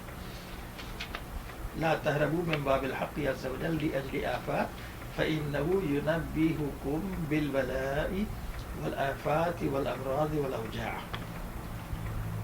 اچھا، اب یہ جو تکالیف میں ابتلا اور مصیبت اور پریشانی اور بھوک اور اس میں تمام اور مرضوں میں، یہ کہلاتا ہے کہ اضطراری مجاہدہ، ہے نا؟ اسی کو کہتے ہیں اضطراری مجاہدہ، اور ایک ہوتا ہے اختیاری مجاہدہ، یعنی ہم تمام طرح کی عبادات میں مشقت اختیار کریں اور اس سے پیچھے نہ ہٹیں اور کام سے لگے رہیں استقامت کے ساتھ، اپنے ارادے، ہے نا، اور اپنے اختیار سے، تو یہ اختیاری مجاہدہ ہوا۔ اور اضطراری یہ ہوا کہ اللہ تبارک و تعالیٰ کی طرف سے ہم پر کچھ ایسی چیزیں آئیں تاکہ ہمیں تنبیہ حاصل ہو، کوئی بیماری آئی، کوئی تکلیف آئی، کوئی مصیبت آئی، کوئی بلا آئی، اور اس کے آنے کی وجہ سے ہم اللہ اللہ پکارنے لگے۔ تو اس طرح سے یہ تمام چیزیں جو ہیں یہ بھی اللہ تعالیٰ تک پہنچانے والی ہوئی اس اعتبار سے۔ تو یہ تمام باتیں جو وہ آپ کو تنبیہ کرنا چاہتا ہے اس کے ذریعے سے، تو یہ نہ سمجھو کہ اللہ تعالیٰ تو ہم ہی کو تکلیف دیتا ہے، اور دیکھو دوسرے لوگ جو ہے وہ کیسے مزے میں ہیں کہ جو اللہ کا اقرار بھی نہیں کرتے، ایمان بھی نہیں لاتے۔ تو بات یہ ہے کہ جو بالکل گمراہی میں اوندھے ہو گئے، اللہ تعالیٰ کو ان کی پرواہ نہیں، لیکن جن کو وہ پسند کرتا ہے، جن سے محبت کرتا ہے، تو ان کو طرح طرح سے تنبیہ کر کے جگا کے اپنی طرف بلانا چاہتا ہے۔ جب وہ سے دور بھاگتے ہیں تو مختلف طریقے اختیار کر کے ان کو اپنی طرف لانا چاہتا ہے۔ لِتَطْلُبُوهُ وَلَا تَبْرَحُوا مِنْ بَابِهِ، تو وہ اس لیے تم کو اس طرف سے گویا ہانک کر کے لانا چاہتا ہے کہ تم اس کو طلب کرو، اللہ تعالیٰ، اور اس کے دروازے سے ہٹنے نہ پاؤ۔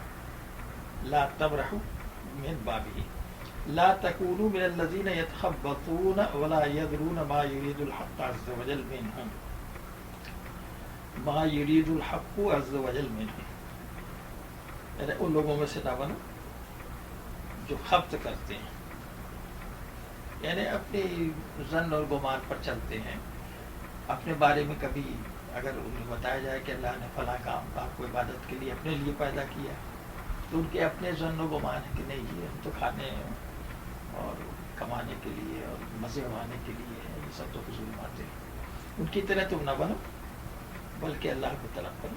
لا تکونوا من الذین یتخبطون ولا یدرون ما یرید الحق عز وجل منهم، ان لوگوں سے نہ بنو کہ جو خبط کرتے ہیں اور جانتے ہی نہیں کہ حق تعالیٰ نے، اللہ تعالیٰ کا ارادہ ان کے ساتھ کیا ہے، کس مقصد کے لیے پیدا کیا۔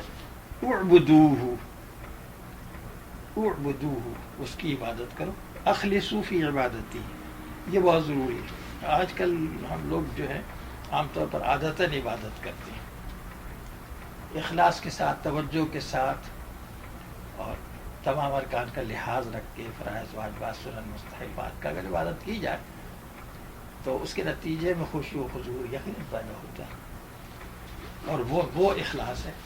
اخلصوا فی عبادتی ہی، اللہ کی عبادت میں اخلاص حاصل کو اما سمعتموہ کیف قال، کیا تم نے نہیں سنا کہ اللہ نے کیا کہا؟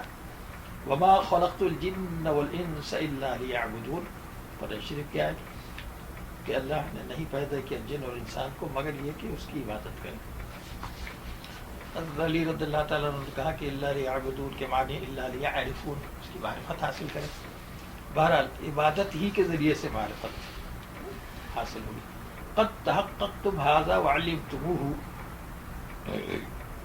تو اس مضمون کو تحققتم ھذا، جو اہل ایمان ہے تو ان کو تو تحقیق ہو چکی ہے اور سمجھ میں ان کے آ گیا ہے اور اس بات کو جان گئے۔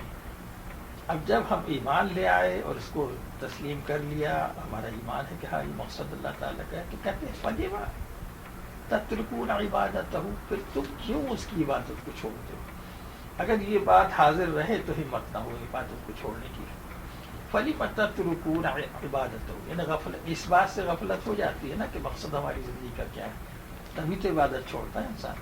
فَلِمَ تَتْرُكُونَ عِبَادَتَهُ، تو پھر اس کی عبادت جب تم جان چکے ہو اور اس بات کی تحقیق ہو گئی اور صحیح ہے یہ اور ایمان ہے تمہارا، تو پھر کیوں تم اس کی عبادت چھوڑتے ہو؟ وَتَخَبَّطُونَ فِي الطَّرِيقِ إِلَيْهِ، اس کے راستے کو چھوڑ کر وہ جو دوسرے راستے ہیں وہ تو سارے کے سارے شیطان،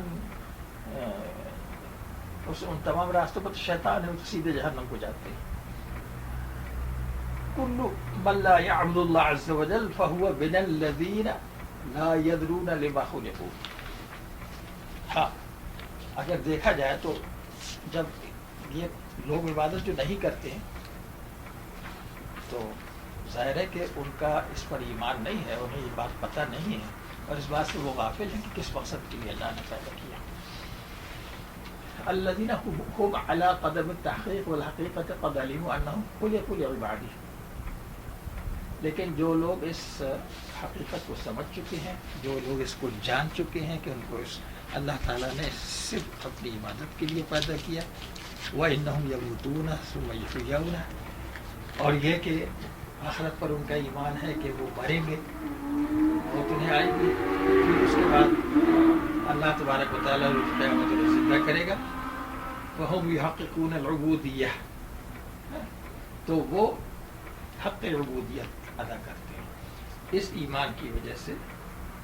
ایمان بالغیب ہے انہیں، اللہ نے جو کچھ کہا ہے، جو وعدے کیے ہیں اس پر ایمان ہے، آخر ایک دن مرنا ہے، پھر اس کے بعد زندہ ہونا ہے، پھر اس کے سامنے حاضر ہونا ہے، تو مرنے کے بعد زندہ ہونا، لہذا وہ بندہ ہونے کا ثبوت دیتے ہیں۔ یحققون العبودیہ، یہاں تک تو یہ آگے نا باب آگے ہے، اس کے بعد صاحبزادہ اس کے بعد باطنی امور کا درجہ ہے جن کے انکشاف حق تعالیٰ تک پہنچنے اور اس کے دروازہ پر کھڑا ہو جانے اور ان چیدہ اور نائبان رسالت سے ملاقات کرنے کے بعد ہی ہو سکتا ہے جو وہاں کھڑے ہوئے ہیں۔ جس وقت وہ حق تعالیٰ کے دروازہ تک پہنچ جائے گا اور گردن جھکائے پورے عزت کے ساتھ ہر وقت وہاں کھڑا رہے گا، تو تیرے چہرے قلب کے سامنے دروازہ کھول دیا جائے گا اور کھینچ لے گا اس کو جو بھی کھینچے گا، اور قریب کر لے گا اس کو جو بھی قریب کرے گا، لطف کی گود میں سلائے گا اس کو جو بھی سلائے گا، اس کا سنگار کرے گا جو بھی سنگار کرے گا، سرما لگائے گا جو بھی سرما لگائے گا، زیور پہنائے گا جو بھی زیور پہنائے گا، مسرور کرے گا جو بھی مسرور کرے گا، امن نصیب فرمائے گا جو بھی امن نصیب فرمائے گا، باتیں کرے گا جو بھی باتیں کرے گا، قرآن کرے گا جو بھی قرآن کرے گا، یعنی تعالیٰ شان و محبوب بنا کر کے سب نے ان سے کچھ کو مارا مار کر رکھیے۔ اچھا اب یہ دیکھیے آپ کے یہ تمام جو کیفیات اور حالات ہیں، جو مدارج ہیں جو حاصل ہوتے ہیں، باتیں باطنی جس کو کہتے ہیں، انکشاف باتیں، تو جب تک کہ پہلے انسان شریعت پر عمل نہ کرے، اللہ اور رسول کے حکم پر، اس وقت تک یہ بات حاصل نہیں ہو سکتی۔ کیسی صاف بات انہوں نے کہہ دی ہے کہ یہ اس مقام تک پہنچنے کے لیے کہ اللہ تبارک و تعالیٰ کو قبول کر کے اپنا بندہ بنا لے، وہ تمام کام جو شریعت نے مقرر کیے ہیں ان حدود کا لحاظ رکھتے ہوئے اور انہی آداب کے ساتھ انجام دینا ضروری ہے جو شریعت نے قواعد مقرر کیے۔ یا غلام ثم امور باطنہ، اس کے بعد پھر جا کر کے امور باطنۃ لا تنکشف الا بعد الوصول الى الحق عز وجل. تو الوصول الى الحق عز وجل اللہ تعالیٰ سے واصل، والقیام علی بابہ، اور اس کے دروازے تک پہنچ کر وہاں کھڑے رہنا. یہ بات کس چیز سے حاصل ہوگی؟ ان تمام احکام سے، اس کی عبادات سے، اس کی حکم برداری سے، اور اپنے نبی کی اتباع سے. اس کے بعد پھر ولقاء المقربین، کیا کر دیا آپ کے اس میں ہے کچھ صاف؟ مفردین، ہاں یہ فا ہے اصل میں. ولقاء المفردین مفردین والنواب الوقوف.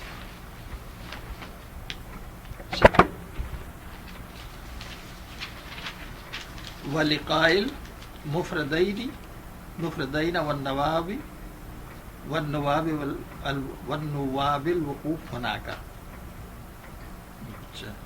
اذا وصلت الى الحق عز وجل وعدمت الوقوف مع حسن الادب والاحرام فتح الباب فی وجہ قلبک.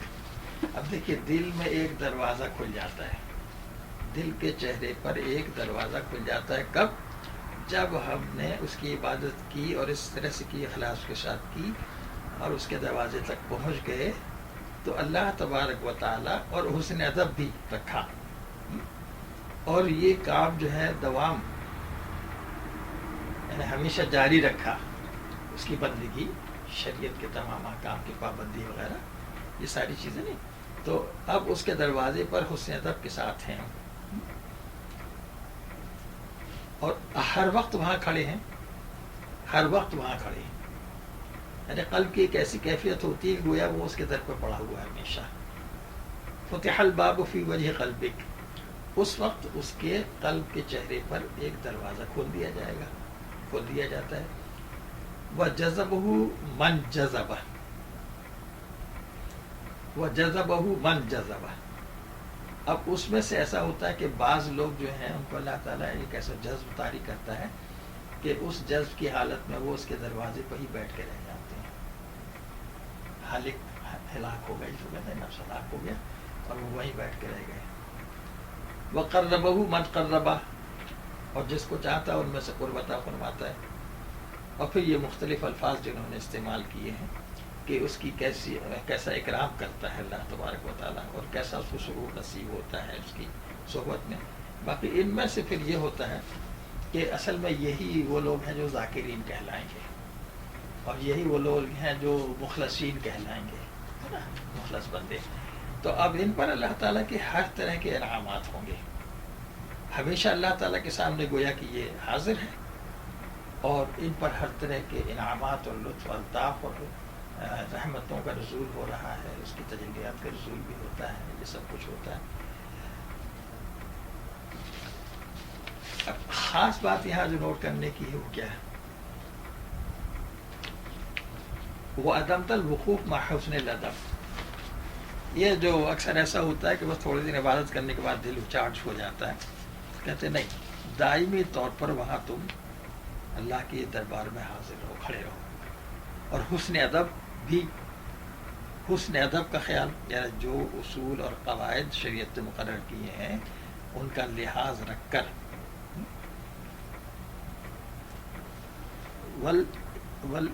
والاطراق،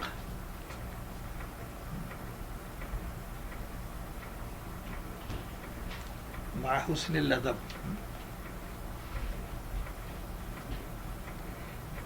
والاطراق. انہوں نے کیا ہے، ہر پورے ادب کے ساتھ وقت کھڑا رہے گا تو تیرے چہرے پر. اطراق یہ طرق سے ہے، گردن جھکایا، اطراق گردن جھکائی ہوئی. اذا وصلت الى الحق عز وجل وعدمت الوقوف مع الحسن الادب والاطراق فتح الباب فی وجہ قلب. یہ جو دل کے چہرے پر، قلب کے چہرے پر دروازے کا کھل جانا جس کو کہا، قلب کے سامنے، اس کے بارے میں قرآن شریف کی اگر اس آیت کو دیکھیں کہ جس کو اللہ تبارک و تعالیٰ ہدایت عطا فرماتا ہے فمن شرح اللہ صدرہ فی الاسلام وہ علی نور من ربہ، تو اس کے دل میں کوئی ایک دروازہ کھول دیتا ہے کہ اللہ کا نور جو ہے مسلسل اس میں آتا ہے.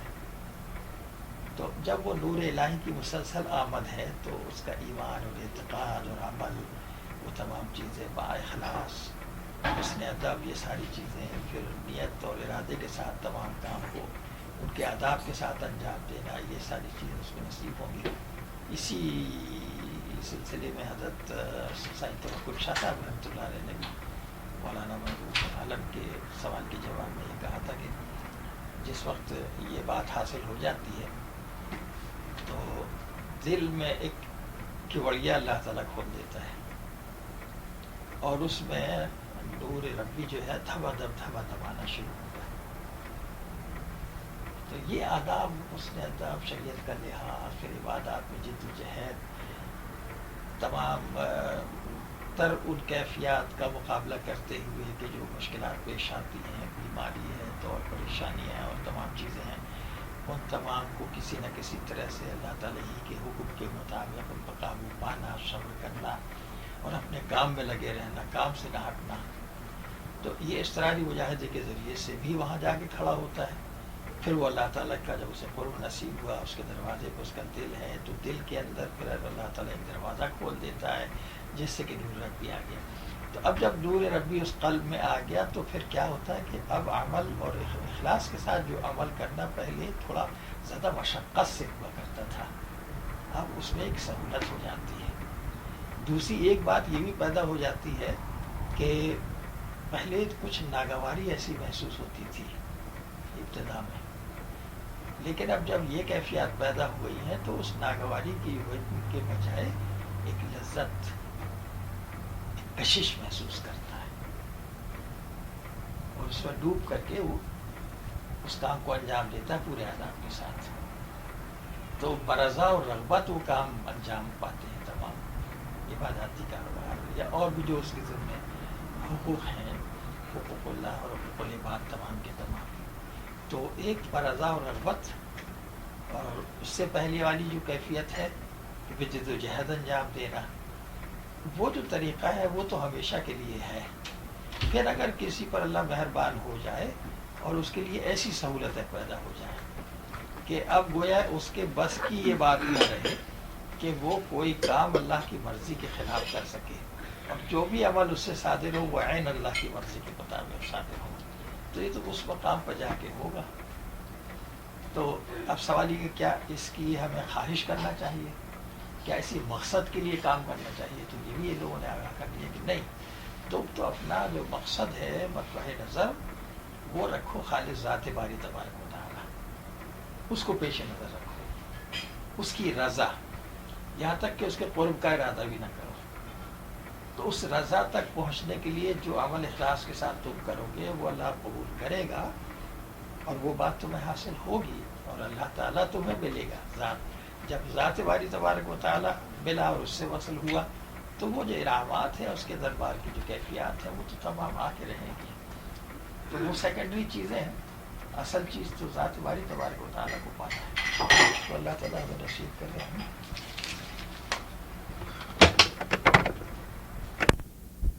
اوپر جو یہ عبارت تھی شروع میں صفحہ 467 پر، یا غلام ہو ثم امور باطنۃ لا تنکشف الا بعد الوصول الى الحق عز وجل والقیام علی بابه ولقاء المفردین یا مفردین والنواب بالوقوف هناك. تو یہاں دو شرطیں انہوں نے لگائی ہیں کہ امور باطنی کے انکشافات کب ہوتے ہیں.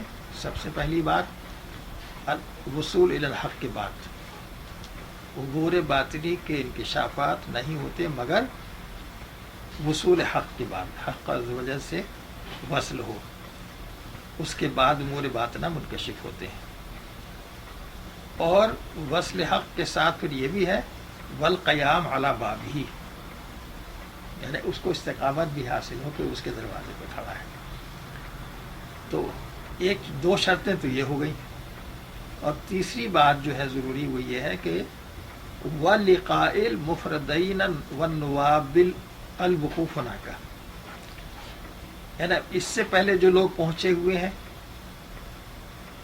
وہ جن کو تصفیت القلب مع سوی اللہ حاصل ہے، جن کو تعلق مع اللہ حاصل ہے، جو اس کے دروازے میں پہنچ چکے ہیں، اور جن کو اس نے اپنی نیابت سے نوازا ہے کہ جو اس کے نائب ہوئے. تو اس کے نائبین میں سب سے پہلے تو وہی لوگ ہیں انبیاء کرام علیہ الصلوۃ والتسلیم ہے. اس کے بعد اس کے نائبین میں وہ لوگ ہیں جو عام انسانوں میں سے اللہ تعالیٰ جن کو منتخب کر لیتا ہے. تو کہتے ہیں کہ ایک تو جب اللہ تعالیٰ سے وصل حاصل ہو اور استقامت کے ساتھ اس کے دروازے پہ پڑا رہے تو امور باطنی کا انکشاف ہوتا ہے. اور وہ جو اللہ تعالیٰ کے نائب ہیں اور رسول نبی کریم صلی اللہ علیہ وسلم کے نائب ہیں اور جن کو مفردین کہا ہے، اور جو اللہ تعالیٰ کے دروازے پر اسی طرح کھڑے ہوئے ہیں جس کا کہ یہاں ذکر ہوا، وہاں تک پہنچ چکے ہیں، جن کو وصول الی اللہ حاصل ہو چکا ہے، اس سے اس شخص کی ملاقات ہو جائے. یعنی ان کے ذریعے سے بھی وہ پہنچتا ہے. ایک تو عبادات اور فرما برداری اور وہ تمام چیزیں ان کے ذریعے سے، دوسرا یہ بھی ہے. تو ان کا ذکر خاص طور پر یہاں اس لیے آیا کہ اکثر ایسا ہوتا ہے کہ تنہا آدمی وہ پہلے والا کام جو ہے وصول الی اللہ اپنی ذاتی کوشش سے کرنے میں کامیاب نہیں ہوا کرتا ہے. اور اس طرح کے لوگ جو ہیں وہ مشکل سے تعداد میں بہت کم ہوتے ہیں کہ ان کو کوئی دوسرا آدمی گائیڈ کرنے والا نہ ملے اور پھر وہ اللہ تعالیٰ کے دروازے تک خالص عبودیت کا راستہ اختیار کر کے پہنچ جائے. تو اس وجہ سے عام قاعدے کے مطابق تو یہی ہے کہ جن لوگوں کو خالص عبودیت حاصل ہے، جن کو اللہ تعالیٰ کا وصل نصیب ہو چکا ہے، ان سے اگر ملاقات ہو جائے تو پھر یہ اللہ تبارک و تعالیٰ تک رسائی کے لیے ایک سہولت اور آسانی پیدا ہو جاتی ہے. تو یہاں یہ چیز تھی جو آپ نے ابھی پوائنٹ آؤٹ کی، تو یہ بہت ضروری بات تھی جو پہلے ہم لوگ اس میں چھوڑ چکے تھے. 1 اکتوبر 1995 یہ فیوزی یزدانی کا صفحہ 467. تو اب یہاں سے پڑھیے آپ. صاحبزادہ اس کے بعد باطنی امور کا درجہ ہے. بسم اللہ الرحمن الرحیم. صاحبزادہ اس کے بعد باطنی امور کا درجہ ہے، جن کا انکشاف حق تعالیٰ تک پہنچنے اور اس کے دروازہ پر کھڑا ہو جانے اور انقیدہ اور نائبان رسالت سے ملاقات کرنے کے بعد ہی ہو سکتا ہے جو وہاں کھڑے ہوئے ہیں.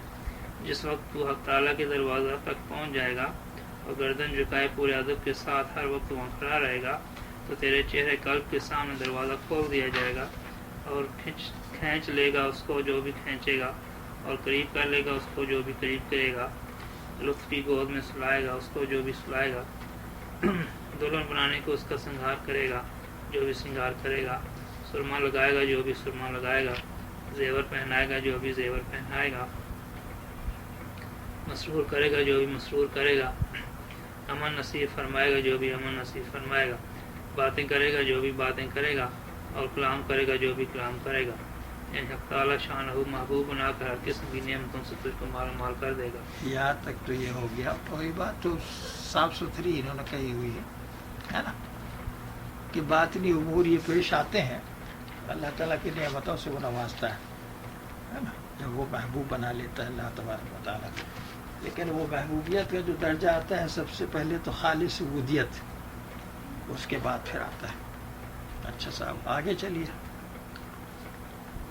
اے اصل مزے سے غافل، اے اصل مزہ سے غافلو تم کہاں ہو. جس مضمون کی طرف میں اشارہ کر رہا ہوں تمہارے قلوب اس سے کس قدر دور پڑے ہوئے ہیں. تم یوں سمجھتے ہو کہ یہ بہت آسان کام ہے، حتیٰ کہ بناوٹ اور تصنع اور نفاق سے بھی تم اس کو حاصل کر لو ہو جائے گا. حتیٰ کہ بناوٹ اور تصنع اور نفاق سے بھی تم کو حاصل ہو جائے گا. سو یہ خیال خام ہے. اس مضمون کو ضرورت ہے صدق کی اور گور سہائے تقدیر کے نیچے صبر کرنے کی، جبکہ تو تنگری و عافیت کی حالت میں معصیت اقتدامندی میں مشغول ہو. اس کے بعد جملہ معصیتوں اور چھپی اور کھلی ہر قسم کی لغزشوں سے توبہ کر لے گا اور ذات حق کی تلاش میں بنوں اور جنگلوں کی تعارف کر لے گا. تب تیری جانچ کا وقت آئے گا اور طرح طرح کی مصیبتیں تجھ پر نازل ہوں گی، بس تیرا نفس تکلیفوں سے گھبرا کر اس دنیا اور عافیت کا طالب ہوگا جس میں پہلے مشغول تھا، بس تو اس کی اس خواہش کو نہ قبول کیجو اور نہ اس کو وہ آرام دیجو، کیونکہ اگر تو ان امتحانی مصیبتوں پر صابر رہا تو دنیا و آخرت کا ملک تجھ کو نصیب ہوگا، اور اگر صبر نہ کیا تو یہ ہاتھ سے جاتا رہے گا۔ یہاں تک ہو گیا۔ تو اب یہ آزمائش کا جہاں تک معاملہ ہے، دنیا کی طرف تو میلان ہوتا ہے انسان کا، تمام لوگوں کو دیکھتا ہے اس میں منہمک ہے اور ہر طرح کا فائدہ اٹھا رہے ہیں، مزے مار رہے ہیں، تو نفس ہمارا جو ہے فطرت اس کی یہ ہے کہ وہ دنیا کی طرف جاتا ہے، خواہشات کی طرف جاتا ہے، لذات کی طرف جاتا ہے۔ تو کہتے ہیں کہ ان خواہشات و لذات کی اس کی جو داعیہ ہے قلب کے اندر، اس کی جو ڈیمانڈ ہے اس کی پرواہ نہ کرو، صبر کرو۔ اب رہ گیا جنگلوں کا رخ کرنا، تلاش و بنوں میں جانا۔ تو پہلے زمانے میں اکثر اولیاء اللہ جو ہیں وہ ایک مخلوق سے الگ تھلگ ہونے کے لیے اور یکسوئی کے ساتھ عبادت کرنے کے لیے جنگلوں میں چلے جایا کرتے تھے۔ تو ایک تو طریقہ یہ ہے خلوت کا، یعنی تنہائی کا طریقہ، کہ جس میں سکون کے ساتھ اللہ تعالیٰ کی عبادت ہو سکے، اس کی فرمانبرداری ہو سکے۔ لیکن یہ طریقہ جو ہے نبی کریم صلی اللہ علیہ وسلم اور صحابہ کرام نے اختیار نہیں کیا تھا، بعض ایک صحابہ نے اختیار کیا تھا، اور اس کے بغیر پھر انہوں نے جس درجے ترقی کی ہے وہ ہمارے سامنے ہے۔ تو اس کے بجائے دوسرا لفظ استعمال کرتے ہیں خلوت در انجمن، لوگوں کے درمیان رہتے ہوئے وہ تمام فرائض واجبات جو ہمارے اوپر ہیں ان تمام کو انجام دیتے ہوئے اللہ کے حکم کے مطابق، اور پھر اپنے آپ کو ایسا رکھنا کہ جیسے ان کے درمیان ہی نہیں ہے، ان کے اثرات قبول نہیں کرنا۔ تو یہ زیادہ اونچا درجہ ہے اور اسے ترقی بھی زیادہ ہوتی ہے۔ تو یہ تو کافی ہے، اس کے آگے چلیں۔ اے توبہ کرنے والے، اے توبہ کرنے والے، توبہ پر جمع رہ اور مخلص بن، اور گردش حال و نزول آفات پر اپنے نفس کو جما، اور اس کو خوب جتا دے کہ حق تعالیٰ اس کو رات بھر جگائے گا بھی اور دن بھر پیاسا بھی رکھے گا، اور اس میں اور اسے کنبہ اور پروٹھیوں اور یارہ باغ اور باغفاروں میں جدائی بھی ڈالے گا، اور ان کے دلوں میں اس کی طرف سے ناراضی بھی واقع کرے گا کہ ان میں سے نہ کوئی اس کے پاس پھٹکے گا اور نہ قریب آئے گا۔ کیا تو نے ایوب علیہ السلام کو قصہ نہیں سنا کہ جب حق تعالیٰ نے ان کی محبت و برگزیدگی کو ثابت کرنا چاہا اور یہ چاہا کہ ان میں کسی دوسرے کا کچھ بھی حصہ نہ رہے، تو ان کو ان کے مال اور اہل و عیال اور خدام سے کیسا تنہا بنا دیا کہ سب کو ان سے علیحدہ کر لیا، اور ان کو آبادی سے باہر ایک کوڑی پر جھونپڑی میں لا بٹھایا، اور ان کے متعلقین میں سے کوئی بھی ان کے پاس نہ رہا بجز ان کی بیوی کے کہ وہ لوگوں کی خدمت کر کے کچھ ٹکے کماتی اور خوراک خرید کر ان کے پاس لے آتی تھی۔ اس کے بعد مرض جزا میں مبتلا فرما کر ان کا گوشت، ان کی کھال اور ان کی قوت بھی لے لی، اور صرف آنکھ اور دل رہنے دیا۔ ان کے متعلق اپنی عجیب و قدرتیں دکھائیں کہ بکثرت مال اور اولاد اور خشم و خدم والا حسین و رئیس پیغمبر چند ہی روز میں استفان محض کا بے منص سے غمگسار بن گیا، بے مونس و غمگسار۔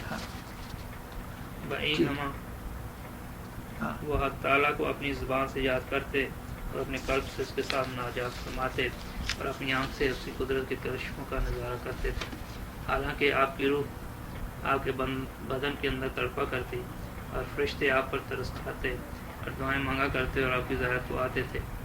آدم ذات سے آپ جدا اور حق تعالیٰ کے ساتھ امسیت سے